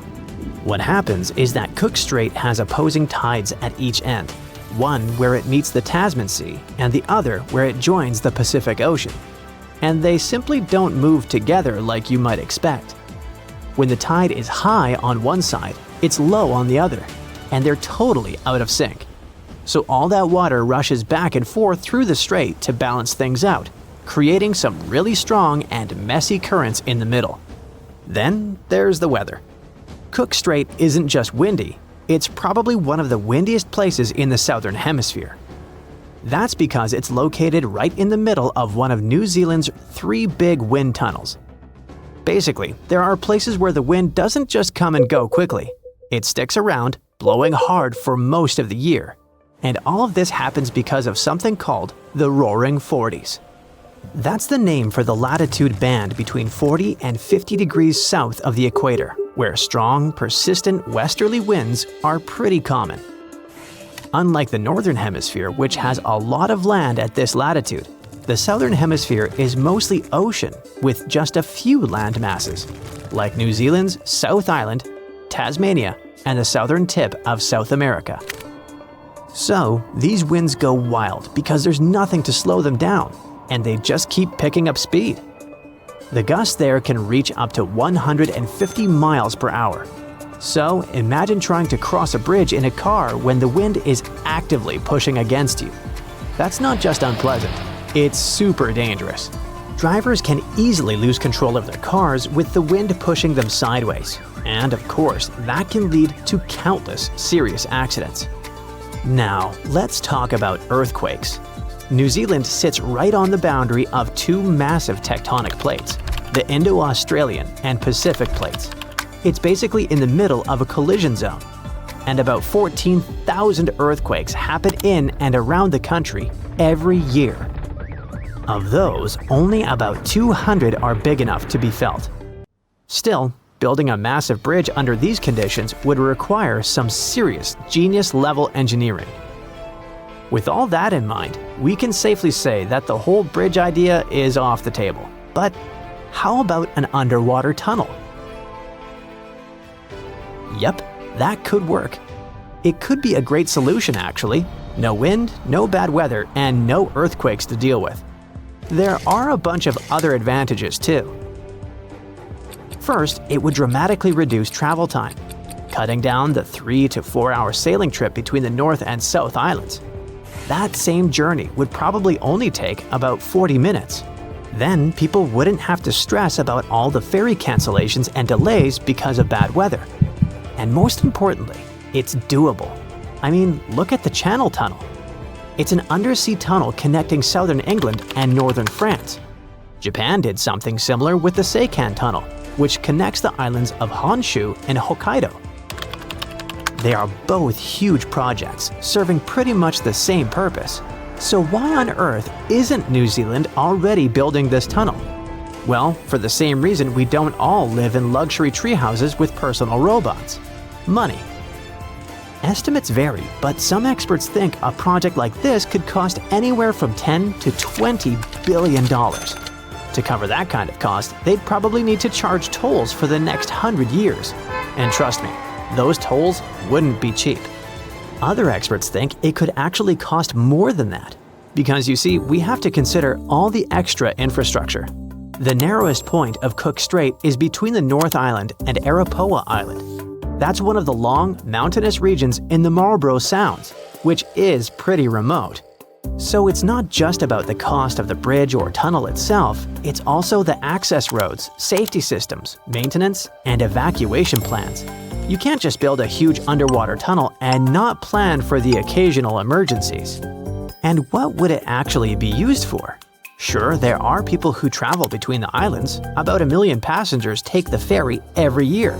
But that's not exactly the kind of traffic that justifies the most expensive infrastructure project in the country's history. Earlier, we talked about how England and Japan have similar underwater tunnels. But there's something to consider. The United Kingdom has a population of 69 million. Japan has even more, with around 123 million people. And in New Zealand, they've only got 5 million residents to pay for this project. So could they have a tunnel under Cook Strait? Sure they could. Should they? Probably not. If you don't want to fly, the only other way to travel between the islands is by ferry. It's not ideal, but hey, it works. New Zealand has a total of 5 ships that transport people and vehicles across the islands. For tourists who aren't in a rush, it's perfect. You can cross the islands while taking in some of the most stunning views and spotting amazing wildlife. You'll start your trip in Wellington, and right from there, you'll see the rugged North Island coastline as you head out into open water. You might see different seabirds like gulls and terns, and as you get closer to the South Island, you might spot some gannets. If you're lucky, you could also catch a glimpse of the seal colonies off the coast. During the last hour of the trip, the ferry will slow down, giving you plenty of time to enjoy the green hills and calm waters. You will also approach Queen Charlotte Sound, a spot known for its wildlife. So keep an eye out for orcas, playful dolphins, and even penguins. Honestly, having a ferry instead of a tunnel might not be so bad after all. Well, a biotech company called Colossal just announced something wild. They say they've brought back a direwolf from extinction. But did they really? What they've really done is way stranger, and maybe even more important. Their team has just created a brand new predator. Not a clone, not a revival, but a new species. These cute cubs are built from gene-edited wolves, shaped by ancient DNA, and born through cutting-edge biotech. So wait, are the Jurassic Park horrors coming for us? Well, let's see. Now, direwolf was the massive muscular predator that roamed North America thousands of years ago. Most people think these were just some sort of bigger gray wolves, but don't be tricked by appearances and the name. In 2021, a landmark study came out. A team of researchers in major institutions studied actual direwolf DNA and discovered something shocking. These guys weren't just big gray wolves, not even close. They were separate animals. Genetically, direwolves split off from wolves roughly 6 million years ago. Just to put that in perspective, humans and chimps split about 6 to 7 million years ago. So direwolves and gray wolves are as different from each other as we are from chimpanzees. They look similar because of the so-called convergent evolution, when two species evolve similar traits because they live in similar environments. Think of sharks and dolphins, both streamlined, both predators, both ocean hunters, but different animals, and dolphins are way cuter. So Colossal said that they revived this animal, a dramatic and bold claim. But it's not quite true. In reality, they genetically engineered a new kind of wolf. It's not a direwolf, it's not even a known species. It's a synthetic animal, one that's never existed before. And this is a massive deal, both incredible and terrifying. The company basically has taken gray wolves and modified their genes by mixing them up with some direwolf DNA they found. Which is kind of wild, because, as we said, these two animals aren't really relatives, they're completely different species. The Colossal company kind of ignored that, though. They say the gray wolf is the closest living relative to a direwolf, and that the data proves it. But what data? They haven't shown it so far, it's just a claim. Why are they even calling this a direwolf? Well, they're saying their cubs are close enough to a direwolf and maybe fill the same role in an ecosystem. Basically, if it behaves like a direwolf, walks like a direwolf, and preys like a direwolf, doesn't that count? Sounds kinda dire to me. Well, if we're being honest with words, then not really. Biologically, genetically, evolutionarily, this is now a modified gray wolf. So, how good or bad is it? Let's figure it out. The good part is that the research like this might help us restore the planet's ecosystem and ecology. Colossal and similar teams are trying to develop technologies that could be used for especially important causes. We don't notice it in daily life, but species are quietly, constantly disappearing. Scientists estimate that over 1 million species are at risk right now. When ecosystems lose a species, especially because of humanity's actions, it's like pulling out a block of a Jenga tower. Too many missing blocks, and the whole thing wobbles. But Colossal believes that if we can't bring the exact block back, we can create one that fits closely enough to stabilize the structure. For example, they've also worked on cloning red wolf-coyote hybrids. This might help repopulate U.S. ecosystems where red wolves once thrived. All the tools these scientists invented might even help with currently endangered species. Another genuinely mind-blowing part is that scientists working with Colossal found real, usable DNA from direwolves. That alone is a massive achievement. We do have direwolf fossils, tons of them from the La Brea tar pits. Hey, don't stick your toe in there. But those fossils are soaked in tar. Because of that, their DNA is usually ruined. But the team managed to find some direwolf bones that are over 12,000 years old. These specimens gave researchers enough material to begin building a direwolf genome. Not a full one, but a basic blueprint. Even if we ignore the wild new species part, this achievement is still huge because it'll help us study the extinct direwolves in more detail. We might now learn more about this animal than we ever did before. It's literally molecular archaeology. Now, all this is great, up to a point. The controversial part is, of course, the Jurassic Park one. We're not just preserving species anymore. We're starting to pull some shenanigans with them. Of course, this immediately raised tons of concerns. Both regular people and scientists are now debating heavily about this and show a lot of skepticism. Another problem is that actual ecosystems are way more complex than Jenga puzzle pieces. They're full of moving parts, millions of them, all adjusting to each other constantly. So, if you throw a new type of wolf into the mix, it won't react exactly the way a dire wolf once did. The times have changed, the ecosystem has changed, the extinction happened, nature adjusted, and throwing these cubs into the wild now might be even more destabilizing. That's why these new wolves aren't being released into the wild. They won't be hunting bison or roaming ancient grasslands. That world is long gone. Their prey is gone. Their ecosystem is gone. Instead, they'll stay to live in the lab. But if we do start to put our own animals into the ecosystem one day, what happens when ecosystems start depending on human-made species to survive? Well, it's like I always say, it's nearly impossible to science your way out of a situation that you behaved yourself into. If you can't change the behavior, the science might only be flashy and not the solution. Anyway, all these are hard and important questions. For now, we might at least exhale with relief that no one is bringing the dinosaurs back. Yeah. DNA doesn't survive more than 1.5 million years, and dinosaur fossils are stone now, not cells. You can't clone from stone. But what about animals that vanished more recently? Creatures that once lived during the Ice Age, or even just a century ago? Those are within reach. The most famous example is the woolly mammoth. These shaggy giants once stomped across the tundras of the north, shaping nature by knocking down trees, flattening snow, and fertilizing soil. Their disappearance helped turn thriving grasslands into mossy, carbon-trapping bogs. Now scientists want to take preserved mammoth DNA from frozen remains, compare it with elephant DNA, identify the key differences, and create a new hybrid. Kind of the same thing we did with these new dire wolf cubs.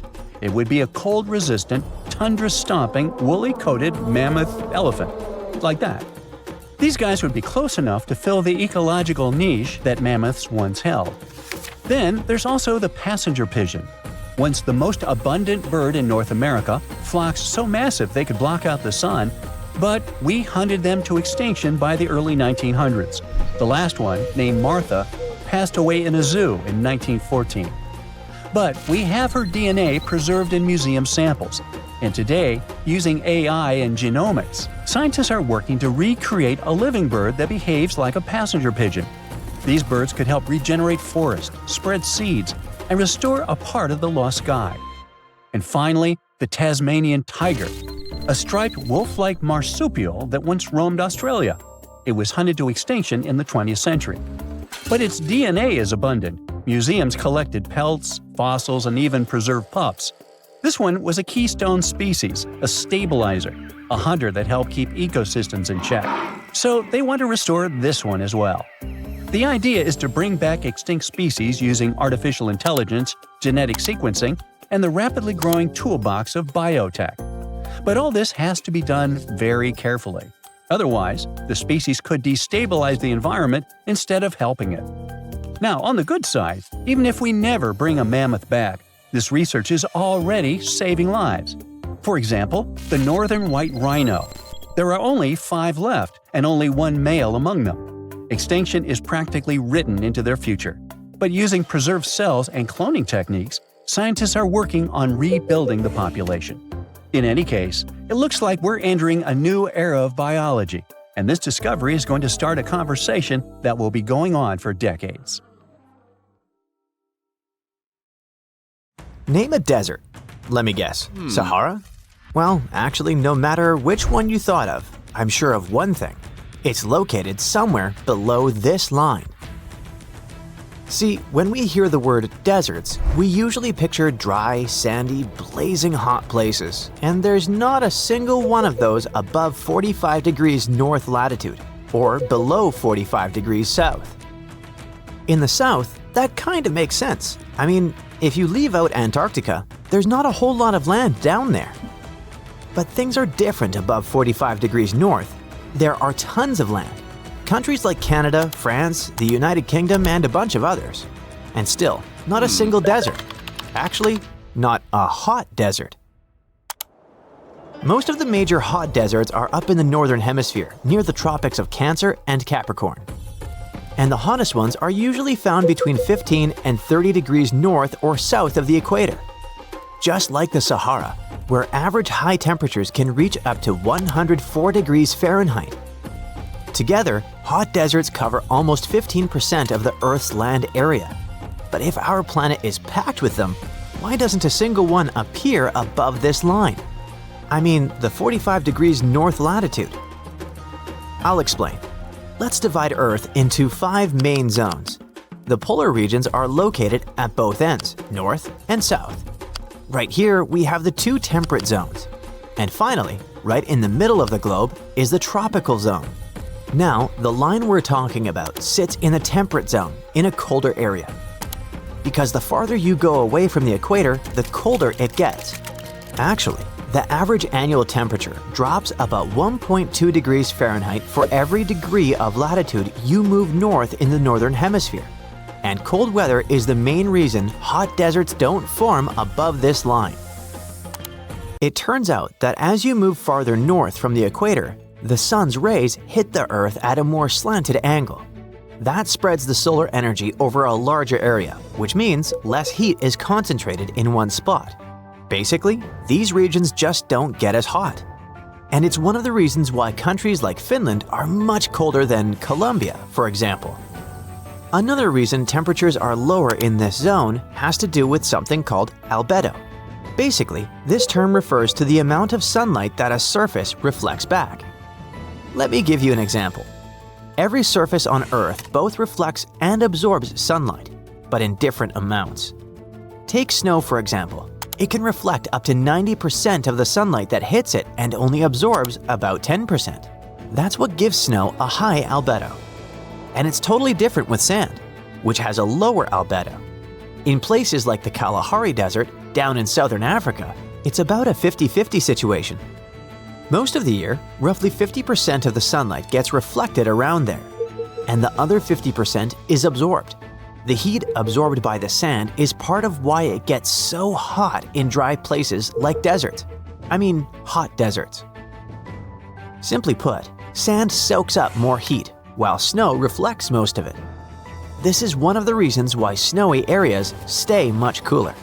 So the closer you get to the polar zones, the easier it is for sunlight to be reflected instead of absorbed. And that helps explain why there aren't any hot deserts around those parts. Then, we also have atmospheric patterns. Let's just say that the air patterns change a lot once you go above that 45-degree line. That's because this region is controlled by a wind belt known as the Ferrel cell. Okay, so Earth has 3 main convection cells. You can think of them as big loops of moving air. Warm air rises, cools down, sinks, and then the cycle repeats. At the top and bottom of the planet, we have the polar cells. Right in the middle are the Hadley cells, and sandwiched between those two are the Ferrel cells. Now, everything that happens between these 3 cells can get a little complicated, but for today, the main thing to know is this. In those middle zones, the warm air that comes from the tropics meets the cold air from the polar regions. So, Ferrel cells play a big role in moving heat from the equator up toward the poles. This flow of warm air helps smooth out the temperature differences between the tropics and the polar regions, and that's what shapes the weather in places like North America, Europe, and parts of Asia. In the mid-latitudes, the Ferrel cell keeps the air moving around so much that hot, dry air doesn't really get a chance to settle. So, those regions end up with more moisture, more clouds, and even storms, rather than dry, desert-like weather. That's why you don't usually see hot deserts around 45 degrees latitude. Basically, what I'm trying to say is that the Ferrel cell makes the weather less stable. And that's very different from what happens in the Sahara Desert, for example. Over there, temperatures don't change all that much throughout the year. Just expect it to be hot.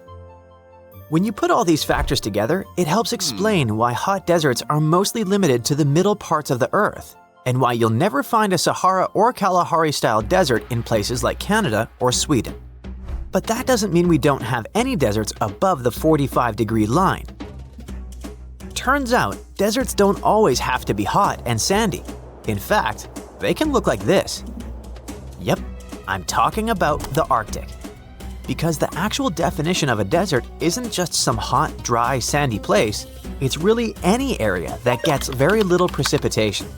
In other words, an area where it doesn't rain much. And it usually gets no more than 10 inches of precipitation per year. So no matter if the weather is hot or cold, deserts are really dry places with hardly any vegetation around. That makes it pretty tough for animals and plants to live in those environments. If you think about it, that means the biggest desert on Earth is Antarctica. It covers about 5.5 million square miles, just endless ice flats as far as the eye can see.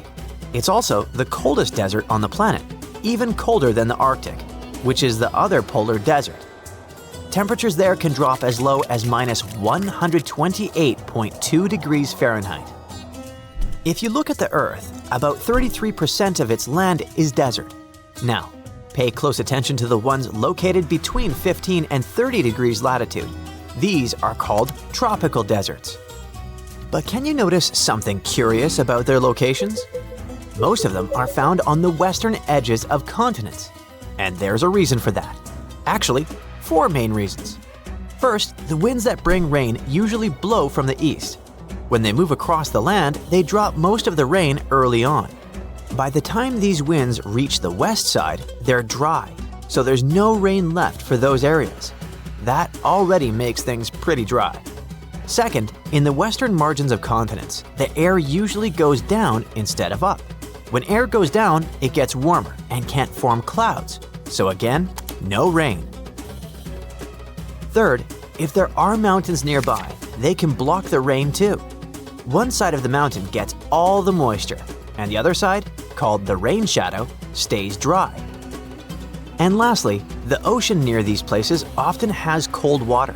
Cold water cools the air above it and makes it calm, so clouds don't form easily. No clouds means no rain. So when you put all of that together, it helps explain why those tropical deserts seem to prefer one side of the continent more than the other. Now, before you dive into this video, make sure the sun is shining outside your window and you're not going to sleep. You're going to learn about a creepy phenomenon that people from all over the world have experienced, so it's not just another urban legend. It's the shadowy figure of a man wearing a round hat, just staring at you from the corner of a dark room. The name of this eerie figure is the Hatman. So, what does he want? Why does he show up? And what exactly is he?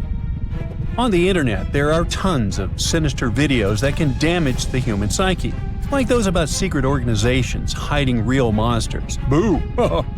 All of those are nothing more than urban myths, as there's no tangible evidence supporting them. But the story of the Hatman is completely different. Loads of people from all over the world have reported seeing this shadowy man in a hat, and they've even provided proof. Well, sort of.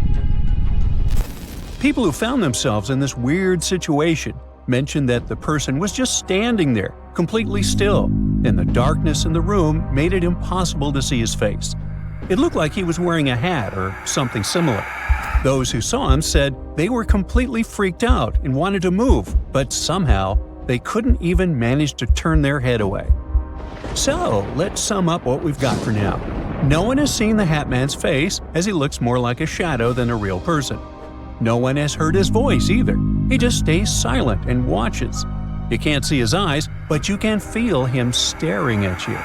But the most terrible thing is that most often, the meeting occurs during sleep paralysis. That is, at a time when your brain is awake, but your body can't move. This phenomenon of sleep paralysis relates to a sleep phase called REM, rapid eye movement. Your brain sees the most vivid dreams during this phase, and your eyes move in different directions under your eyelids, as if you're watching a movie. During this time, your body goes through a state of muscle atonia, which is a temporary phase of paralysis that prevents you from tossing and turning in your sleep. When REM ends, muscle atonia finishes too, and you wake up. But sometimes something goes wrong, and the system fails. You've already finished watching vivid dreams, and you're waking up, but your body remains frozen in the state of atonia. You can't move, but your brain is awake. And at this moment, you can experience realistic hallucinations. And this is exactly what blurs the line between reality and a dream. You see strange silhouettes and hear creepy sounds or footsteps. Sometimes you can feel physically as if someone is touching you. Pictures from the dream world overlap with the real one, and most often make you feel horror. The inability to move only worsens the situation, and for some reason, the man in the hat has become a common hallucination for many people who have never seen each other. Most often, they report he's just standing there in the corner of the room, silent and not trying to touch. Now, why do many people experience sleep paralysis? Scientists don't know the exact reason, but there are assumptions. You stay up late and your body is exhausted because of lack of sleep. Or you take some medications or play video games until nightfall. Perhaps you're having a rough patch full of severe stress. All of these factors contribute to sleep disorders and can cause paralysis. Now, interestingly, in the past, people called sleep paralysis old hag syndrome. Back then, instead of the Hatman, an old witch would crawl out from under your bed during paralysis, sit on your chest, and strangle you. That's why many people were afraid to sleep on their backs. Even today, some people experience similar hallucinations. Since ancient times, during paralysis, people saw evil goblins, some kind of monsters, or visitors from other planets. Probably every such hallucination is modified by the culture and the epoch when it occurs. Today, in the era of the internet, the face of sleep paralysis is the Hatman. People first started talking about him around 2001. A guy named Timothy M. Brown Jr. saw the Hatman one day and found out that other people had met him too. That's why he created the Hatman Project, a special website where anyone could share their stories about personal meetings with the mysterious man. There, you can still write your own story and read those of others. Of course, many people consider stories about the Hatman to be fiction or an internet meme. But when strangers tell one another the same details about this creature's appearance, how can you explain such a coincidence? Some believe the Hatman is not a hallucination, but a mystical being called the Shadow Person. It's a creature from another world that appears on the periphery of human vision. This is a guest who wanders between our world and the world of shadows. He's considered evil, but some see him as a guardian figure. Perhaps he's not alone. He and his kind might be creatures from another planet. And someone thinks that they're genies. They're not like us at all. So they study our appearance to look like humans. They may wear those hats to hide the strange shape of their head, which doesn't look like a human's. No one knows under what conditions the Hatman can come to your room, but many people have noticed that before meeting him, they drank coffee. It seems quite logical, because when a person drinks coffee and goes to sleep after that, they may have problems with sleep. As a result, sleep paralysis might occur, together with the Hatman. But why is the Hatman such a common phenomenon? Timothy M. Brown Jr. created the project that influenced the minds of many people. The image of a man in a hat has rooted itself in the minds of numerous people, like the image of Frankenstein, Count Dracula, or a sinister clown. Yuck. People just started thinking about the mysterious man, and at some point, their thoughts and fears became too real. You wake up and you can't move. You feel that there's someone in the room. You read a lot of stories about the Hatman the day before, so your brain projects its image onto your hallucination. It sounds quite logical, but then one question arises. Before the Hatman project appeared, there were some people who didn't know one another and still saw the creepy figure. What could have provoked the appearance of this creature? Now, you've just listened to a pretty creepy story, and now you're going to bed? Let's move on to the final part of the video, which is called Relax. You need to remember that the Hatman cannot harm you. He just stands there, looks, and then disappears. Sleep paralysis passes, and you fall back asleep or get out of bed to drink water. But yeah, it still doesn't sound very reassuring. Even if the Hatman doesn't hurt you, and you know it's a hallucination, it's still scary and stressful to see him. So here's some advice on how to deal with sleep paralysis and the Hatman. During sleep paralysis, you can only move one part of your body, your eyes. But why would you open them? Do you really want to see something terrible? Keep your eyes closed, and visual hallucinations won't scare you. But what about those sound effects? Just play a cheerful song in your head at full volume, such as Jingle Bells, or try to remember some joke. Just imagine, the Hatman or some evil witch has come to scare you, but you don't even want to look at them and just listen to Jingle Bells. All the horror disappears. The whole situation becomes funny. Scary monsters can't affect you when your eyes are closed and you listen to lively music in your head. Don't take the situation seriously and imagine all these fears as something insignificant. So, you got it? Good. Sweet dreams, sleep tight. Don't let the bed bugs bite. Oops, forget I said that. There's a monster hiding in the remote forests, swamps, and rivers of the Congo Basin in Central Africa. It has a long neck, looks like a dinosaur, and is the size of an elephant, or maybe a hippo at least. That's what people who claim to have seen it say. It should have gone extinct millions of years ago, but this Congo's version of the Loch Ness Monster somehow survived. This creature is the Mokele-Mbembe, which means one who stops the flow of rivers, and more folks are saying they've seen it lately. European explorers first heard the stories of this creature from the people living near the Congo River in the early 1900s. A German captain even included a description of the monster in his official report from his expedition. The locals told him the animal was of a brownish-gray color with smooth skin, a very flexible neck, and only one long tooth that could be a horn. Some of them mentioned a long, muscular tail, like that of an alligator.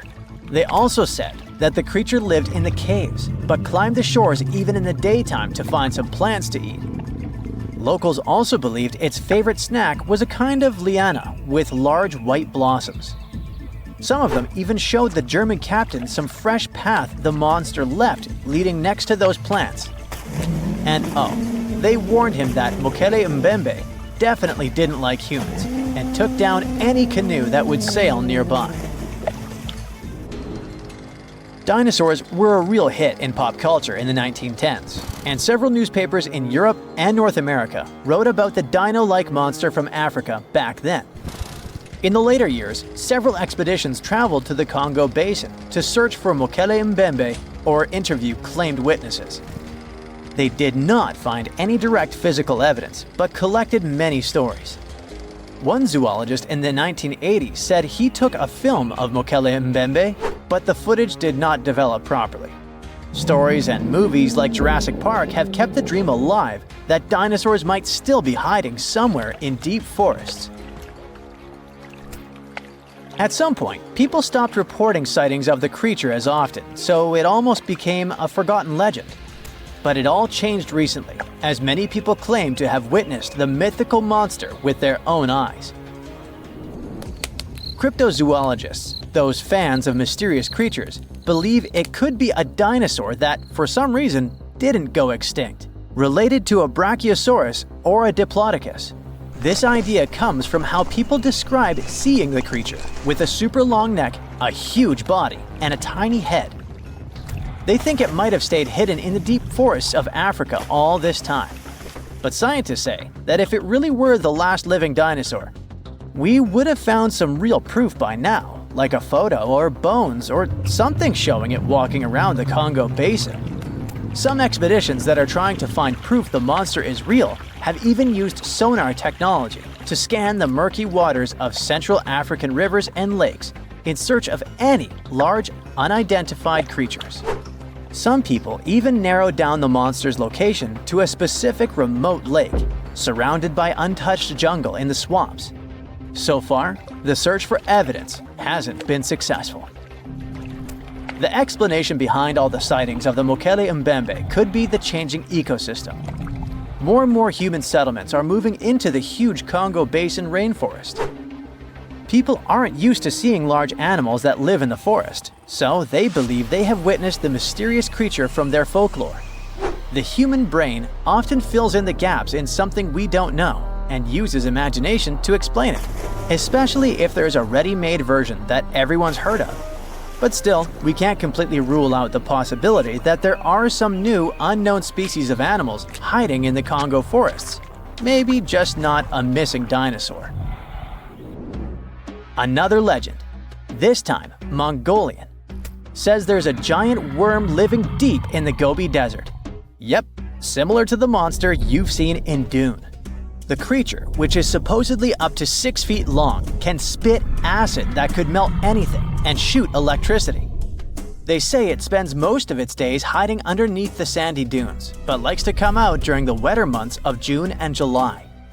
The people in the West first found out about the megaworm of the Gobi Desert thanks to an American paleontologist, Roy Chapman Andrews. This brave man was probably the inspiration for Indiana Jones. In 1926, he wrote about the creature in his book. At the meeting with Mongolian leaders, Andrews heard detailed descriptions of the creature, even though none of them had ever seen it themselves. One of them said it looked like a sausage that was about 2 feet long, with no head or legs. According to him, the worm was so poisonous that just touching it could instantly take your life, and it lived in the loneliest parts of the Gobi Desert. Andrews didn't think the creature was real, but he shared these stories again in another book. And then, stories of the monster spread around the world. In some of them, it's only 1 foot long. In others, it's as large as a human. Some say it looks like a snake, and some describe it as a caterpillar. Some people claim it has wings and can fly, and others think it could be a supernatural evil being without a body. The color of the creature also remains a subject of debate. It could be white-gray, brown, or even bright red. The stories of witnesses are probably so different because the creature doesn't even exist. In 1983, one scientist who was visiting the region heard that an old man had managed to finally catch the mysterious worm. He also found out there was a nest nearby and decided to risk it all and see it. But instead of a scary monster, there was a tartar sand boa inside.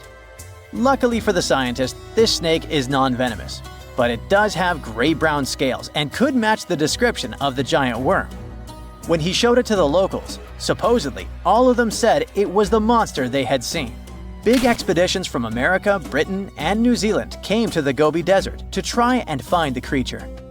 Many other adventurers came from all around the world on their own, but found no evidence the monster was real.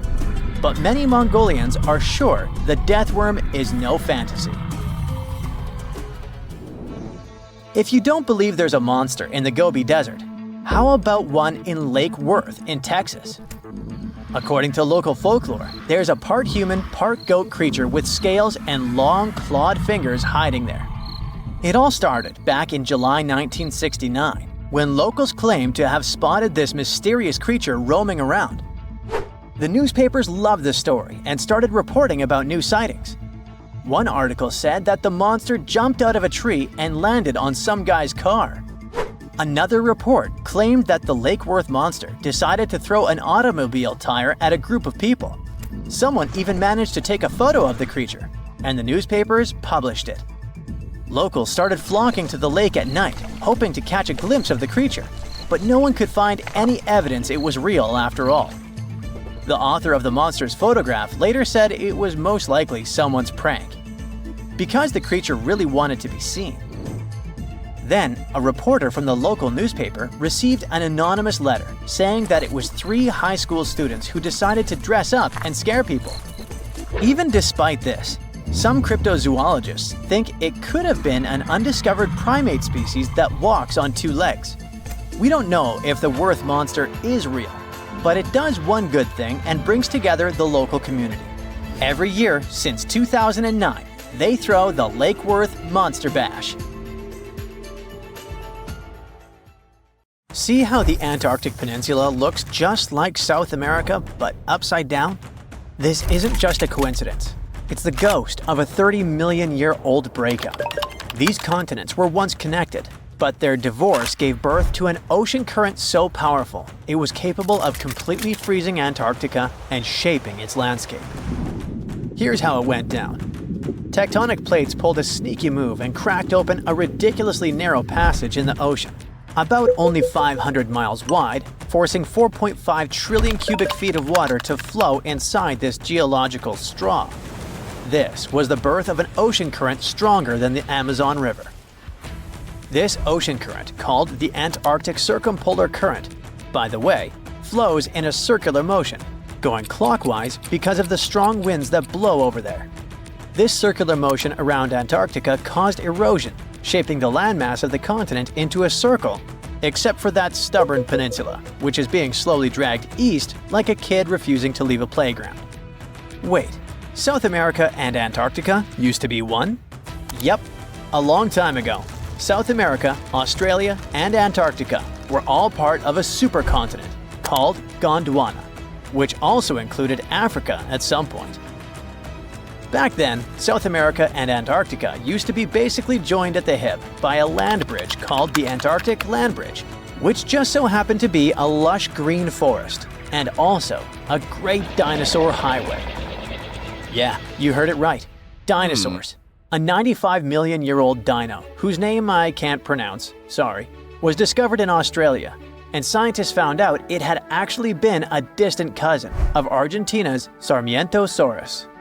Same jaw, same chisel teeth, same everything. These guys were like identical twins, separated by an ocean. How? Because back then, Antarctica wasn't a frozen wasteland. It was a temperate rainforest, like Oregon, making it a pretty nice travel route for a dino family. But the land bridge wasn't just for dinosaurs. About 40 million years ago, the ancestors of Australia's marsupials waddled to the land down under all the way from South America, taking the Antarctica route, another proof that these continents used to be connected. Things remained somewhat peaceful for the dinos and the marsupials until Earth's ground started moving. This is what a German scientist called the continental drift theory, back in 1912. Our German friend here basically looked at the coast of South America and went, "Hey, this looks like it could fit into the coast of Africa."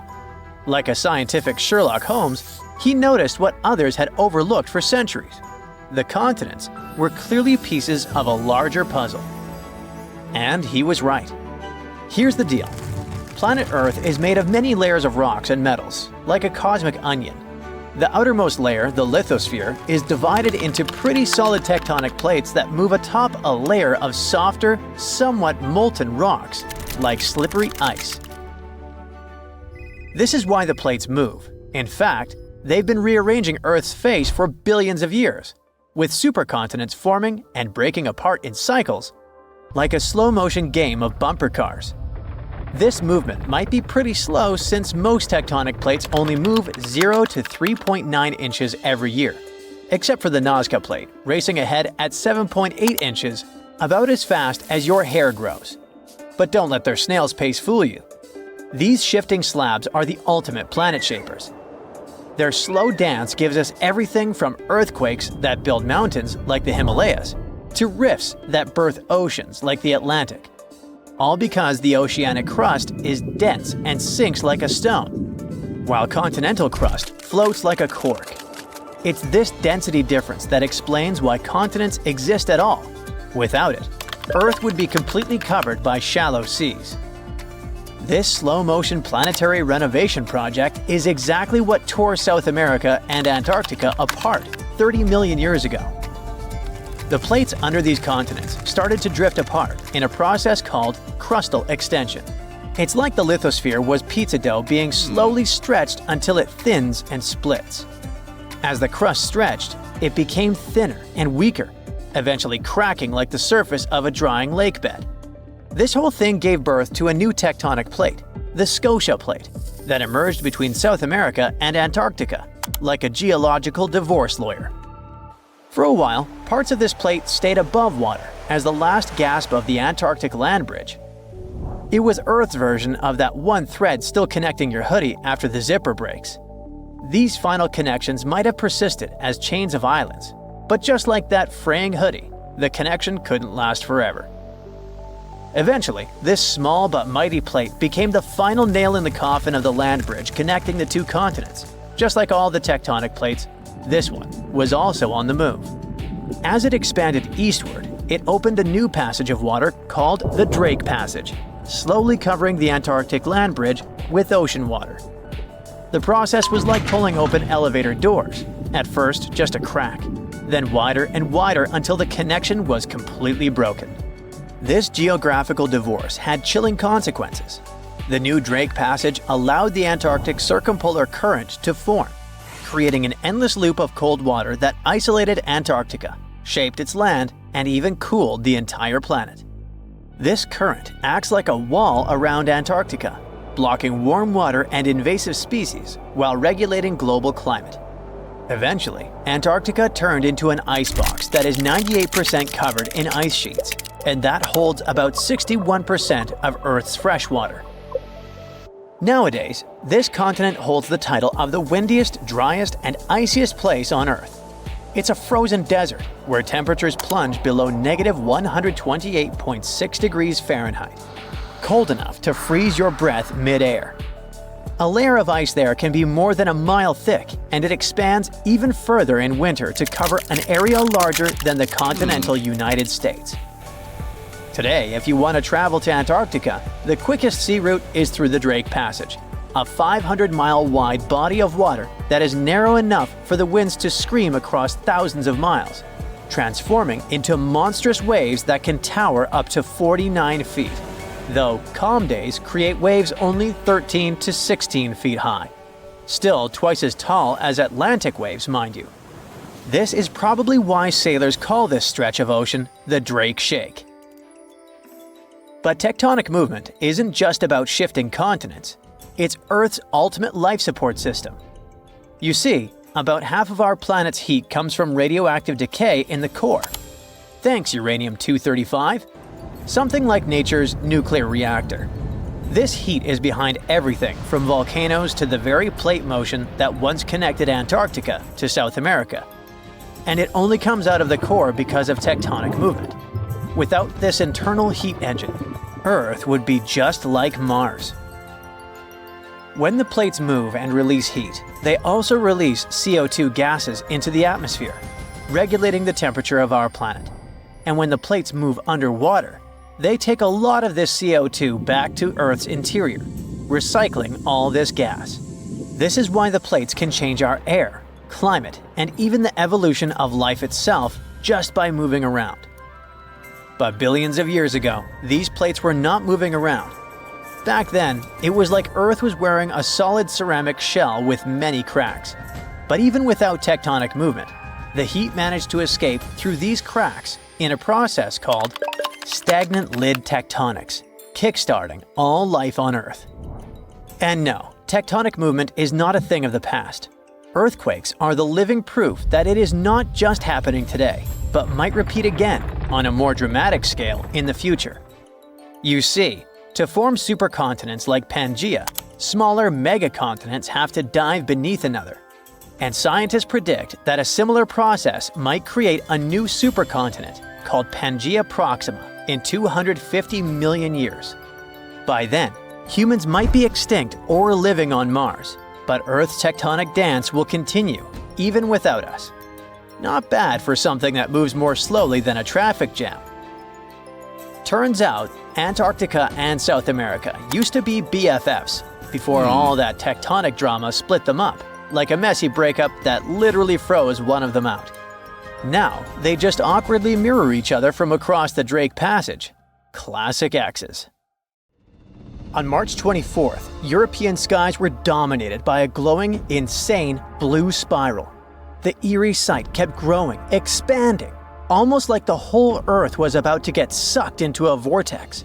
And after a couple of minutes, poof, it suddenly disappeared. Even though it looked like some kind of extraterrestrial tech, there's actually a very human explanation behind it. Photos of this strange swirl started popping up all over Europe, with people sharing them from countries like the United Kingdom, France, Norway, and Germany. But if we really want to figure out what happened, we have to look all the way over to the United States. Turns out, on that same day, SpaceX's Falcon 9 rocket was launched from Florida at around 1:50 in the afternoon local time. So while most people in the US saw clear skies after the launch, it actually caused that strange anomaly in the European skies. And that happened because Falcon 9 is a reusable rocket. So, after launching into space, it releases what is called its payload. And by that, I mean whatever it is carrying, like a satellite. After completing its mission, the rocket itself turns back toward Earth. As it does, it ejects any leftover fuel, which instantly freezes due to the high altitude, forming a spiral pattern because of the rocket's movement. Light then reflects off the frozen fuel, making it visible from Earth. Basically, that's what the blue spiral was, leftover fuel released by the rocket in space. So, should we be worried down here on the ground? I mean, is it dangerous? Well, no. It's not like it was some kind of spacecraft accident. It's just leftovers and light. And this is totally normal for the Falcon 9 rocket. Even though it went viral this time, the same phenomenon was spotted about 4 years ago. Back then, people speculated all kinds of things, like a swirling galaxy moving across the sky, or even an unidentified, unexplained flying object. But nah, it was just one of Elon Musk's space toys. Speaking of which, his space agency is also behind another eerie sighting that's becoming more common. On clear nights, many people have reported seeing a strange string of lights moving quickly in a straight line, almost like a train of stars.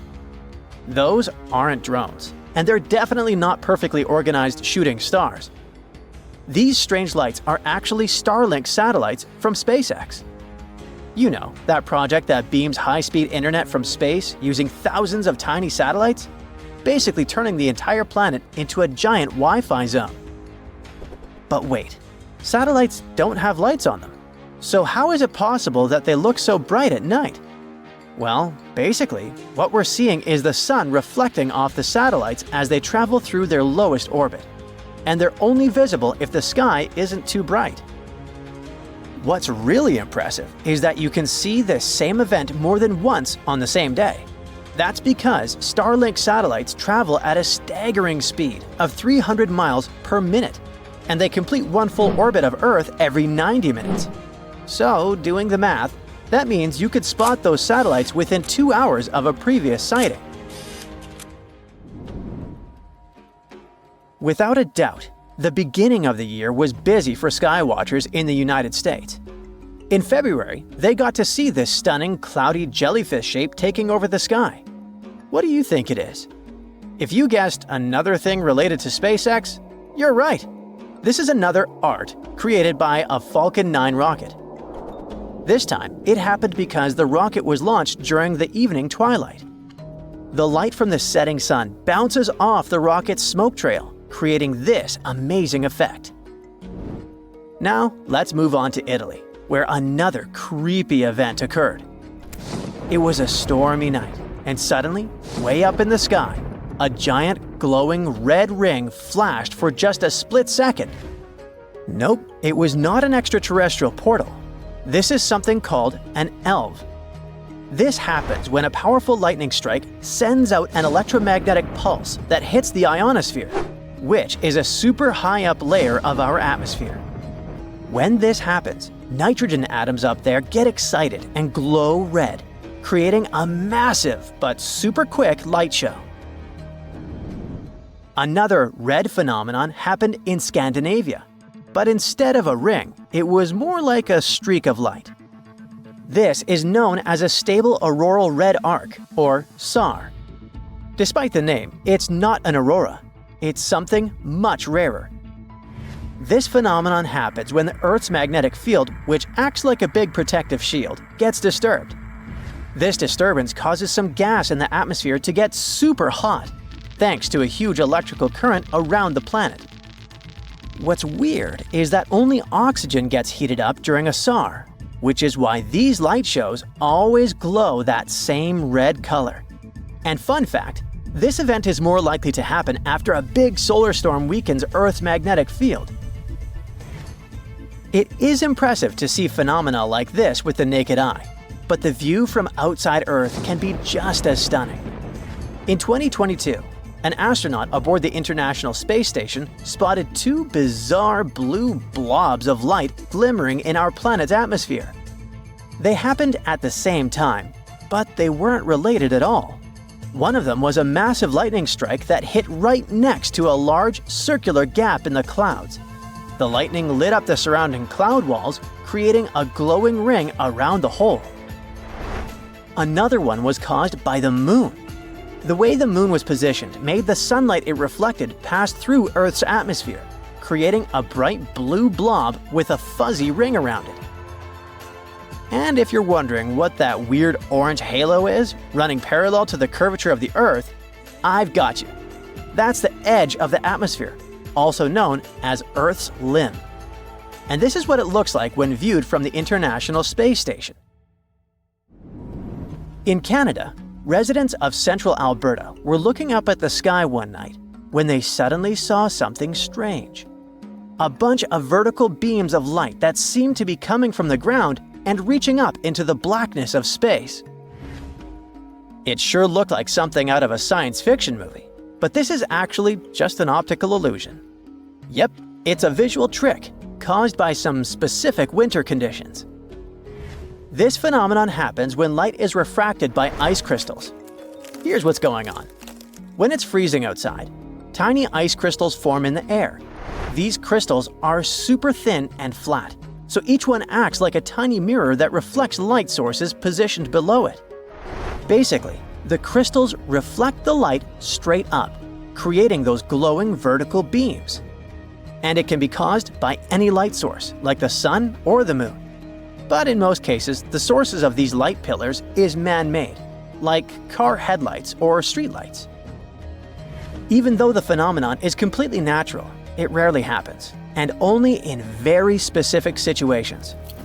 First, it has to be freezing cold. On that particular day in central Alberta, for example, the temperature was around minus 30 degrees Fahrenheit. Then, the weather has to be calm, with no wind at all. If a storm breaks out, forget it. You won't be able to see the light pillars. And don't mix them up with auroras, okay? Auroras are mostly seen in high-latitude regions, like around the Arctic and Antarctic. Since they happen way up in the atmosphere, they're visible over large areas. Light pillars, on the other hand, are more localized and concentrated in a much smaller area. But hey, no matter which one you spot, If you're lucky enough to see one of these amazing sights in the sky, you're in for a show you won't forget.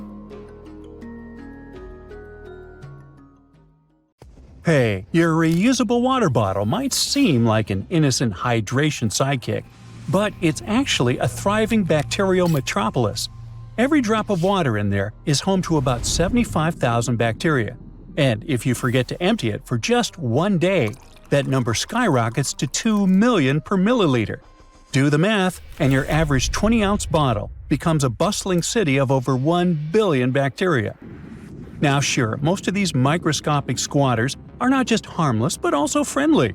The ones that live in our guts, for example, help us digest food and absorb important nutrients and vitamins. And since we have a good relationship with them, our immune system doesn't fight them off. Take E. coli, for example. This is usually one of the nice guys, and it shows up in our intestines just a few hours after we're born. But even the friendly ones can turn nasty when they mix with the wrong crowd.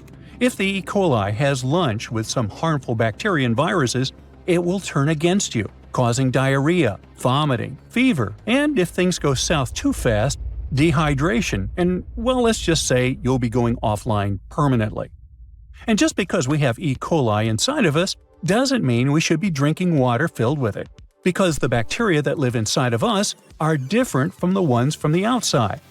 Ideally, a cup of water should have zero amount of E. coli, but researchers discovered that 60% of the bottles they tested were so dirty it wasn't safe to use them anymore. They had a bunch of E. coli, Campylobacter, and Salmonella, creatures that can be found in raw products. We get rid of them when we cook our food. Now, you might fill your bottle with tap water because you think it's clean, but it's a 5-star resort for bacteria. First, they love hanging out in water pipes, and secondly, these guys like to breed not just in hot places but at room temperature too. Okay, so I'll just drink cold water. Well, no. Cold water slows them down a little, but they'll still multiply, just at a more relaxed pace. And even if you boil your water to get rid of germs, which, let's be honest, nobody does, your bottle will still repopulate with bacteria in no time.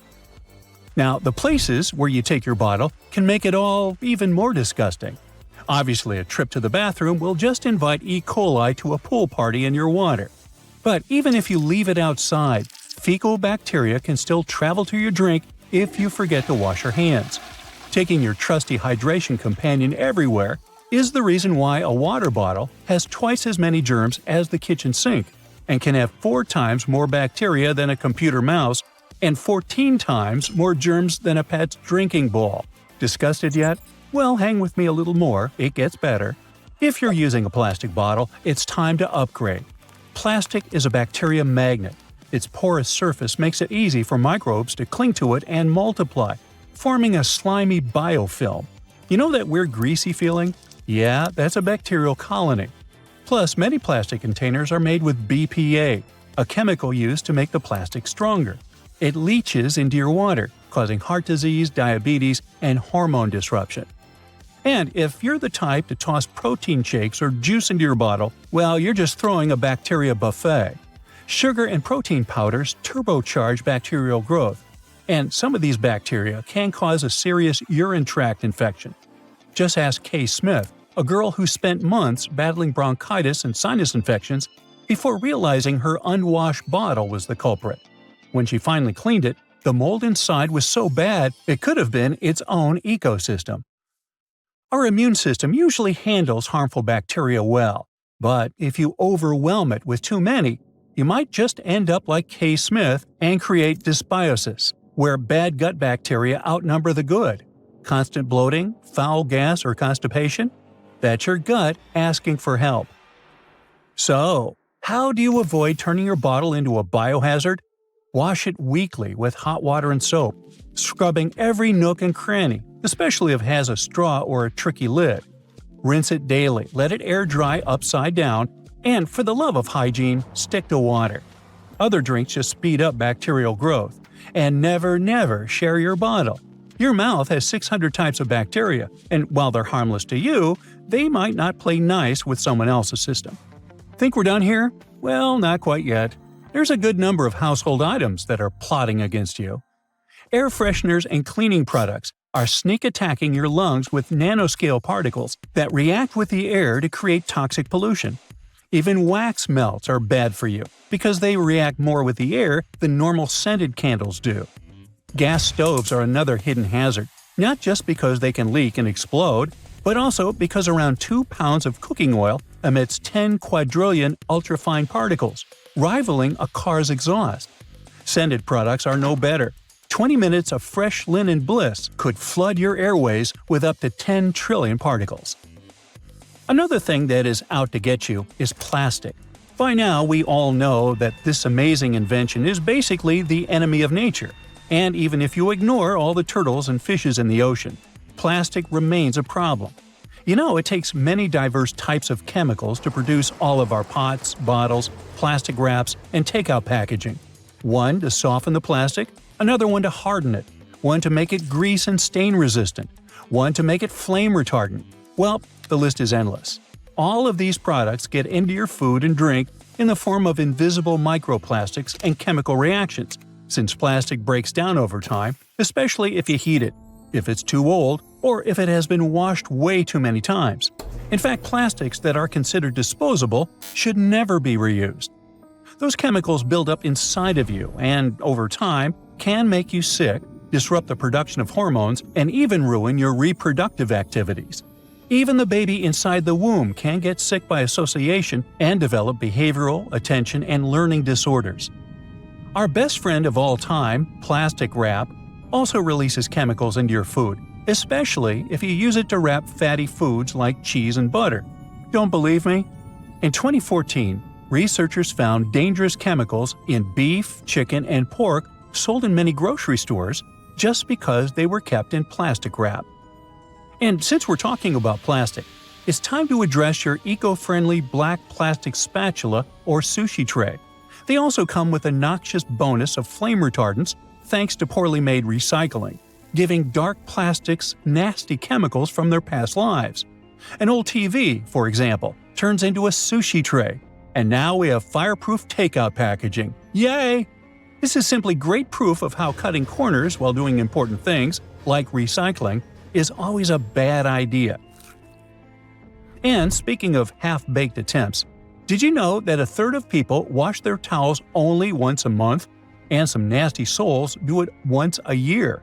Not only is this disgusting, but it also turns your fluffy friend into a microbial Airbnb, hosting bacteria from your skin and gut. Even toilet plumes land on it because, sadly, flushing your poop sprays your towel with a fecal confetti. And just in case you are reusing bathwater, just like some people in Japan do, let me tell you, it's cute for water bills, but bad for hygiene, because laundry just redistributes the bacteria party. Besides, towels can harbor everything from salmonella to viruses. I'm looking at you, Mpox. If you wash your towels less than weekly, then congrats. They're now a biohazard and an eyesore. It's the same principle as your water bottles. Scrub them, you barbarian. The solution isn't complicated. Wash everything regularly and properly. Avoid plastics when possible, and stop pretending that quick rinses count as cleaning. Your immune system will thank you. Or, you could just accept your fate as a walking petri dish. Your call.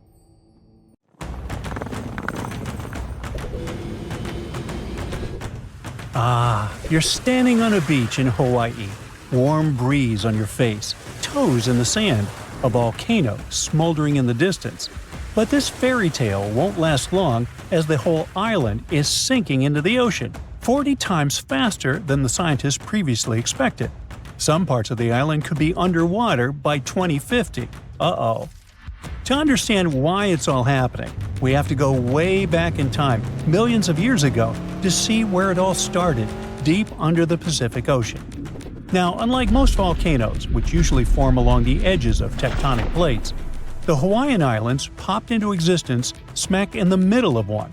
That's because of something geologists call a hotspot. The Earth's mantle is like a giant pot of thick, bubbling stew.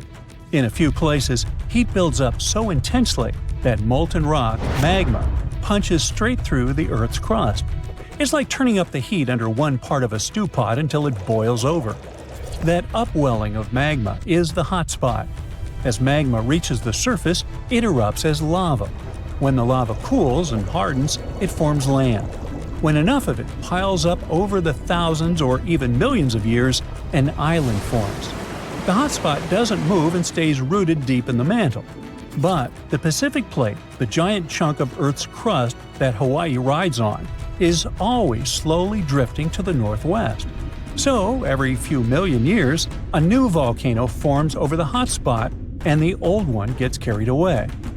Thanks to all this, a chain of islands formed, each one a little older and more worn down than the last. If you look at a map, you can trace this volcanic breadcrumb trail across the Pacific. It stretches all the way from the Big Island in the southeast, which is the youngest, up through Maui, Oahu, and Kauai, and into the sea as a chain of underwater mountains called the Emperor Seamounts.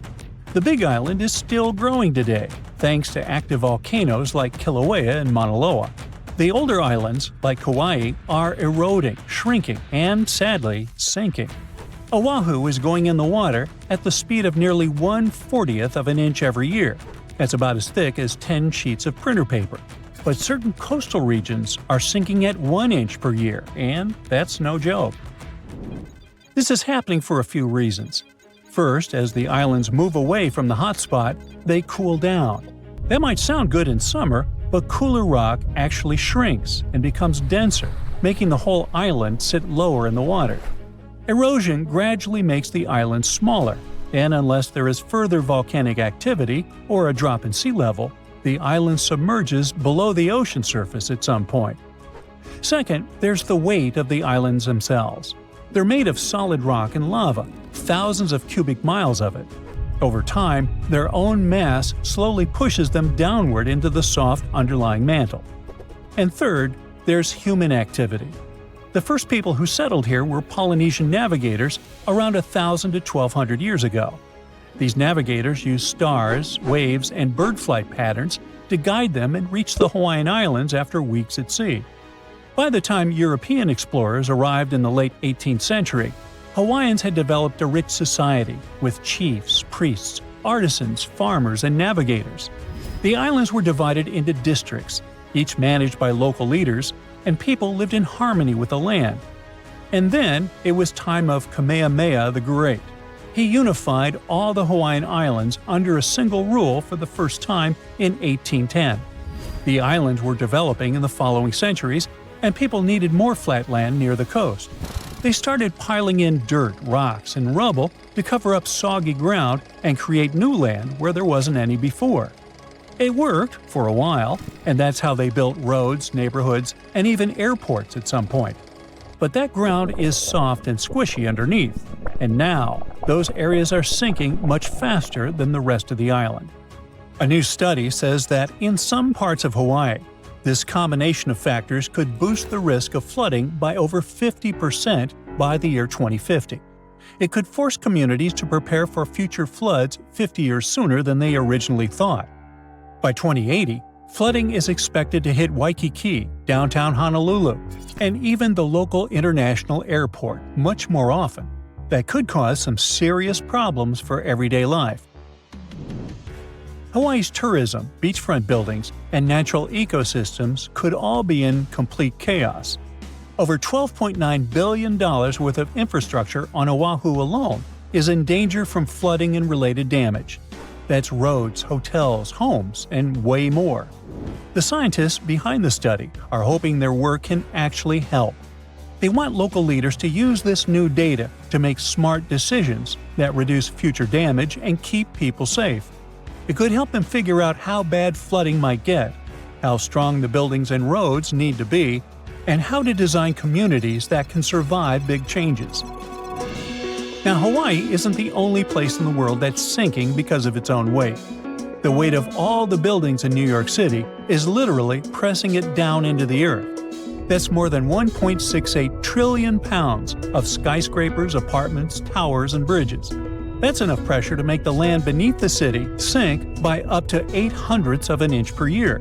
Now that may not sound like much, but it adds up quickly, and in some spots, the sinking is happening even faster.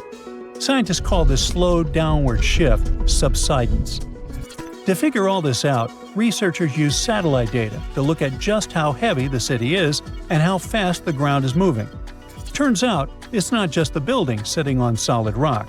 Some parts of the city were built on squishy stuff like old wetlands, soft sediments, or human-made fill, the same as in Hawaii. But even areas built on sturdier ground aren't safe. The study found that layers rich with clay deep underground can keep compressing slowly over time under the weight of heavy buildings. This process is called secondary settlement and can keep happening for decades or even centuries. So even if it looks like everything's fine on the surface, the ground could still be giving way underneath.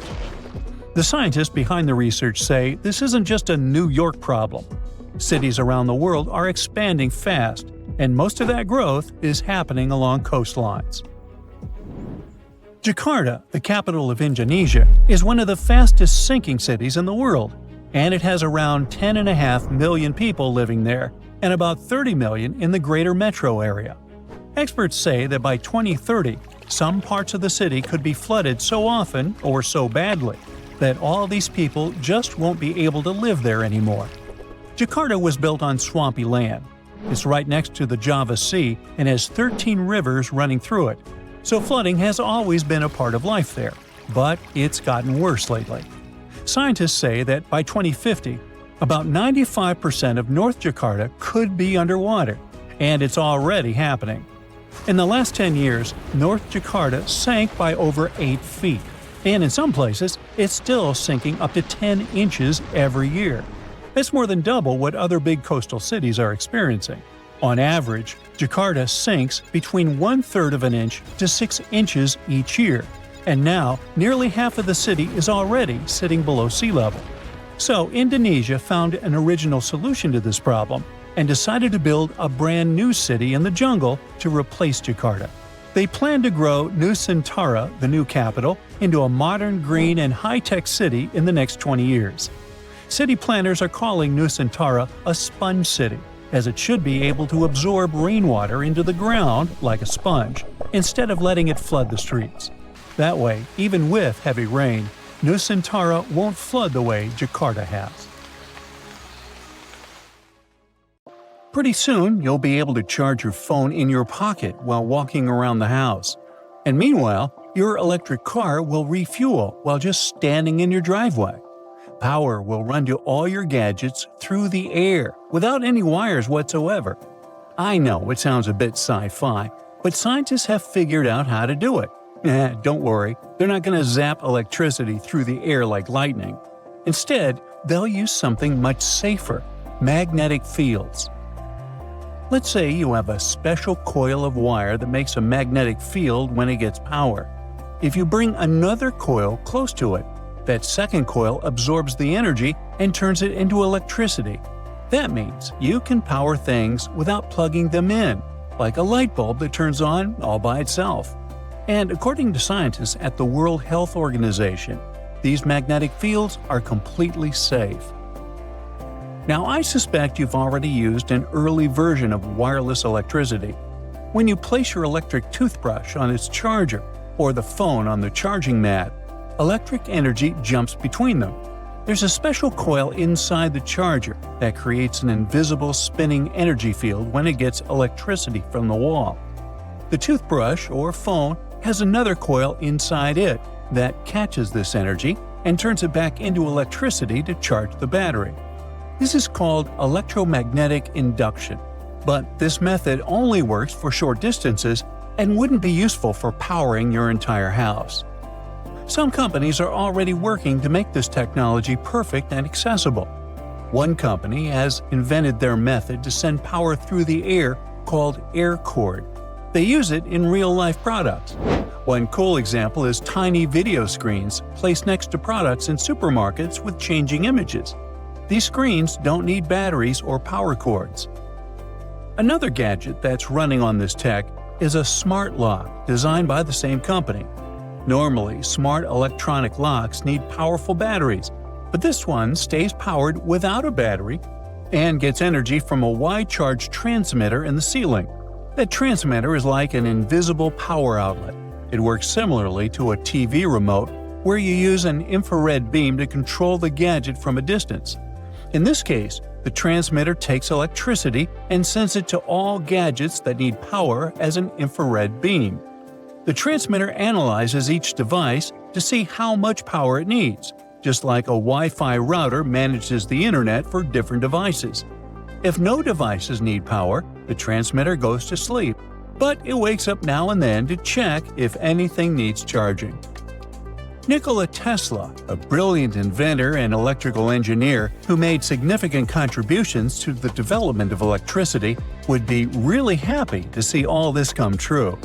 He believed he could build a system that would transmit electricity and communication signals through the Earth's ionosphere all over the world.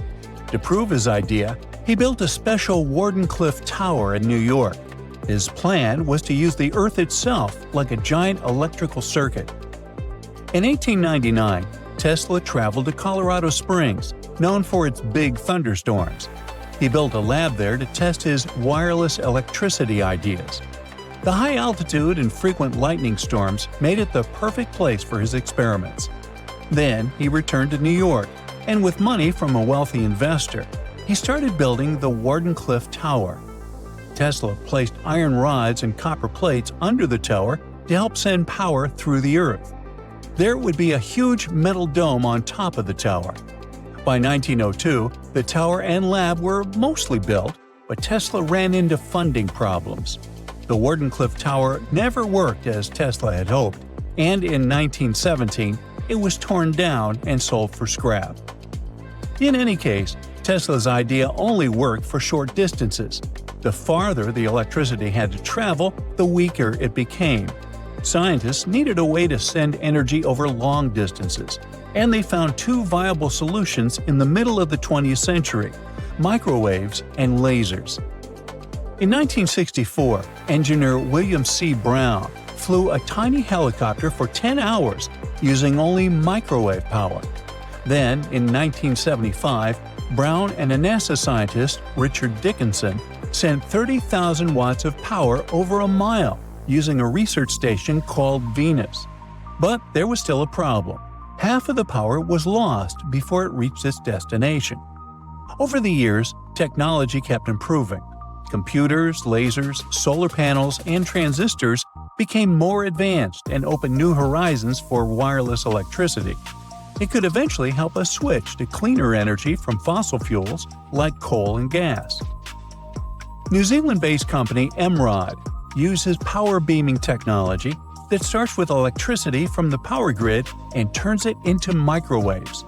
These microwaves travel through the air from a sending antenna to a receiving antenna, which turns them back into electricity that we can use. But there's a problem.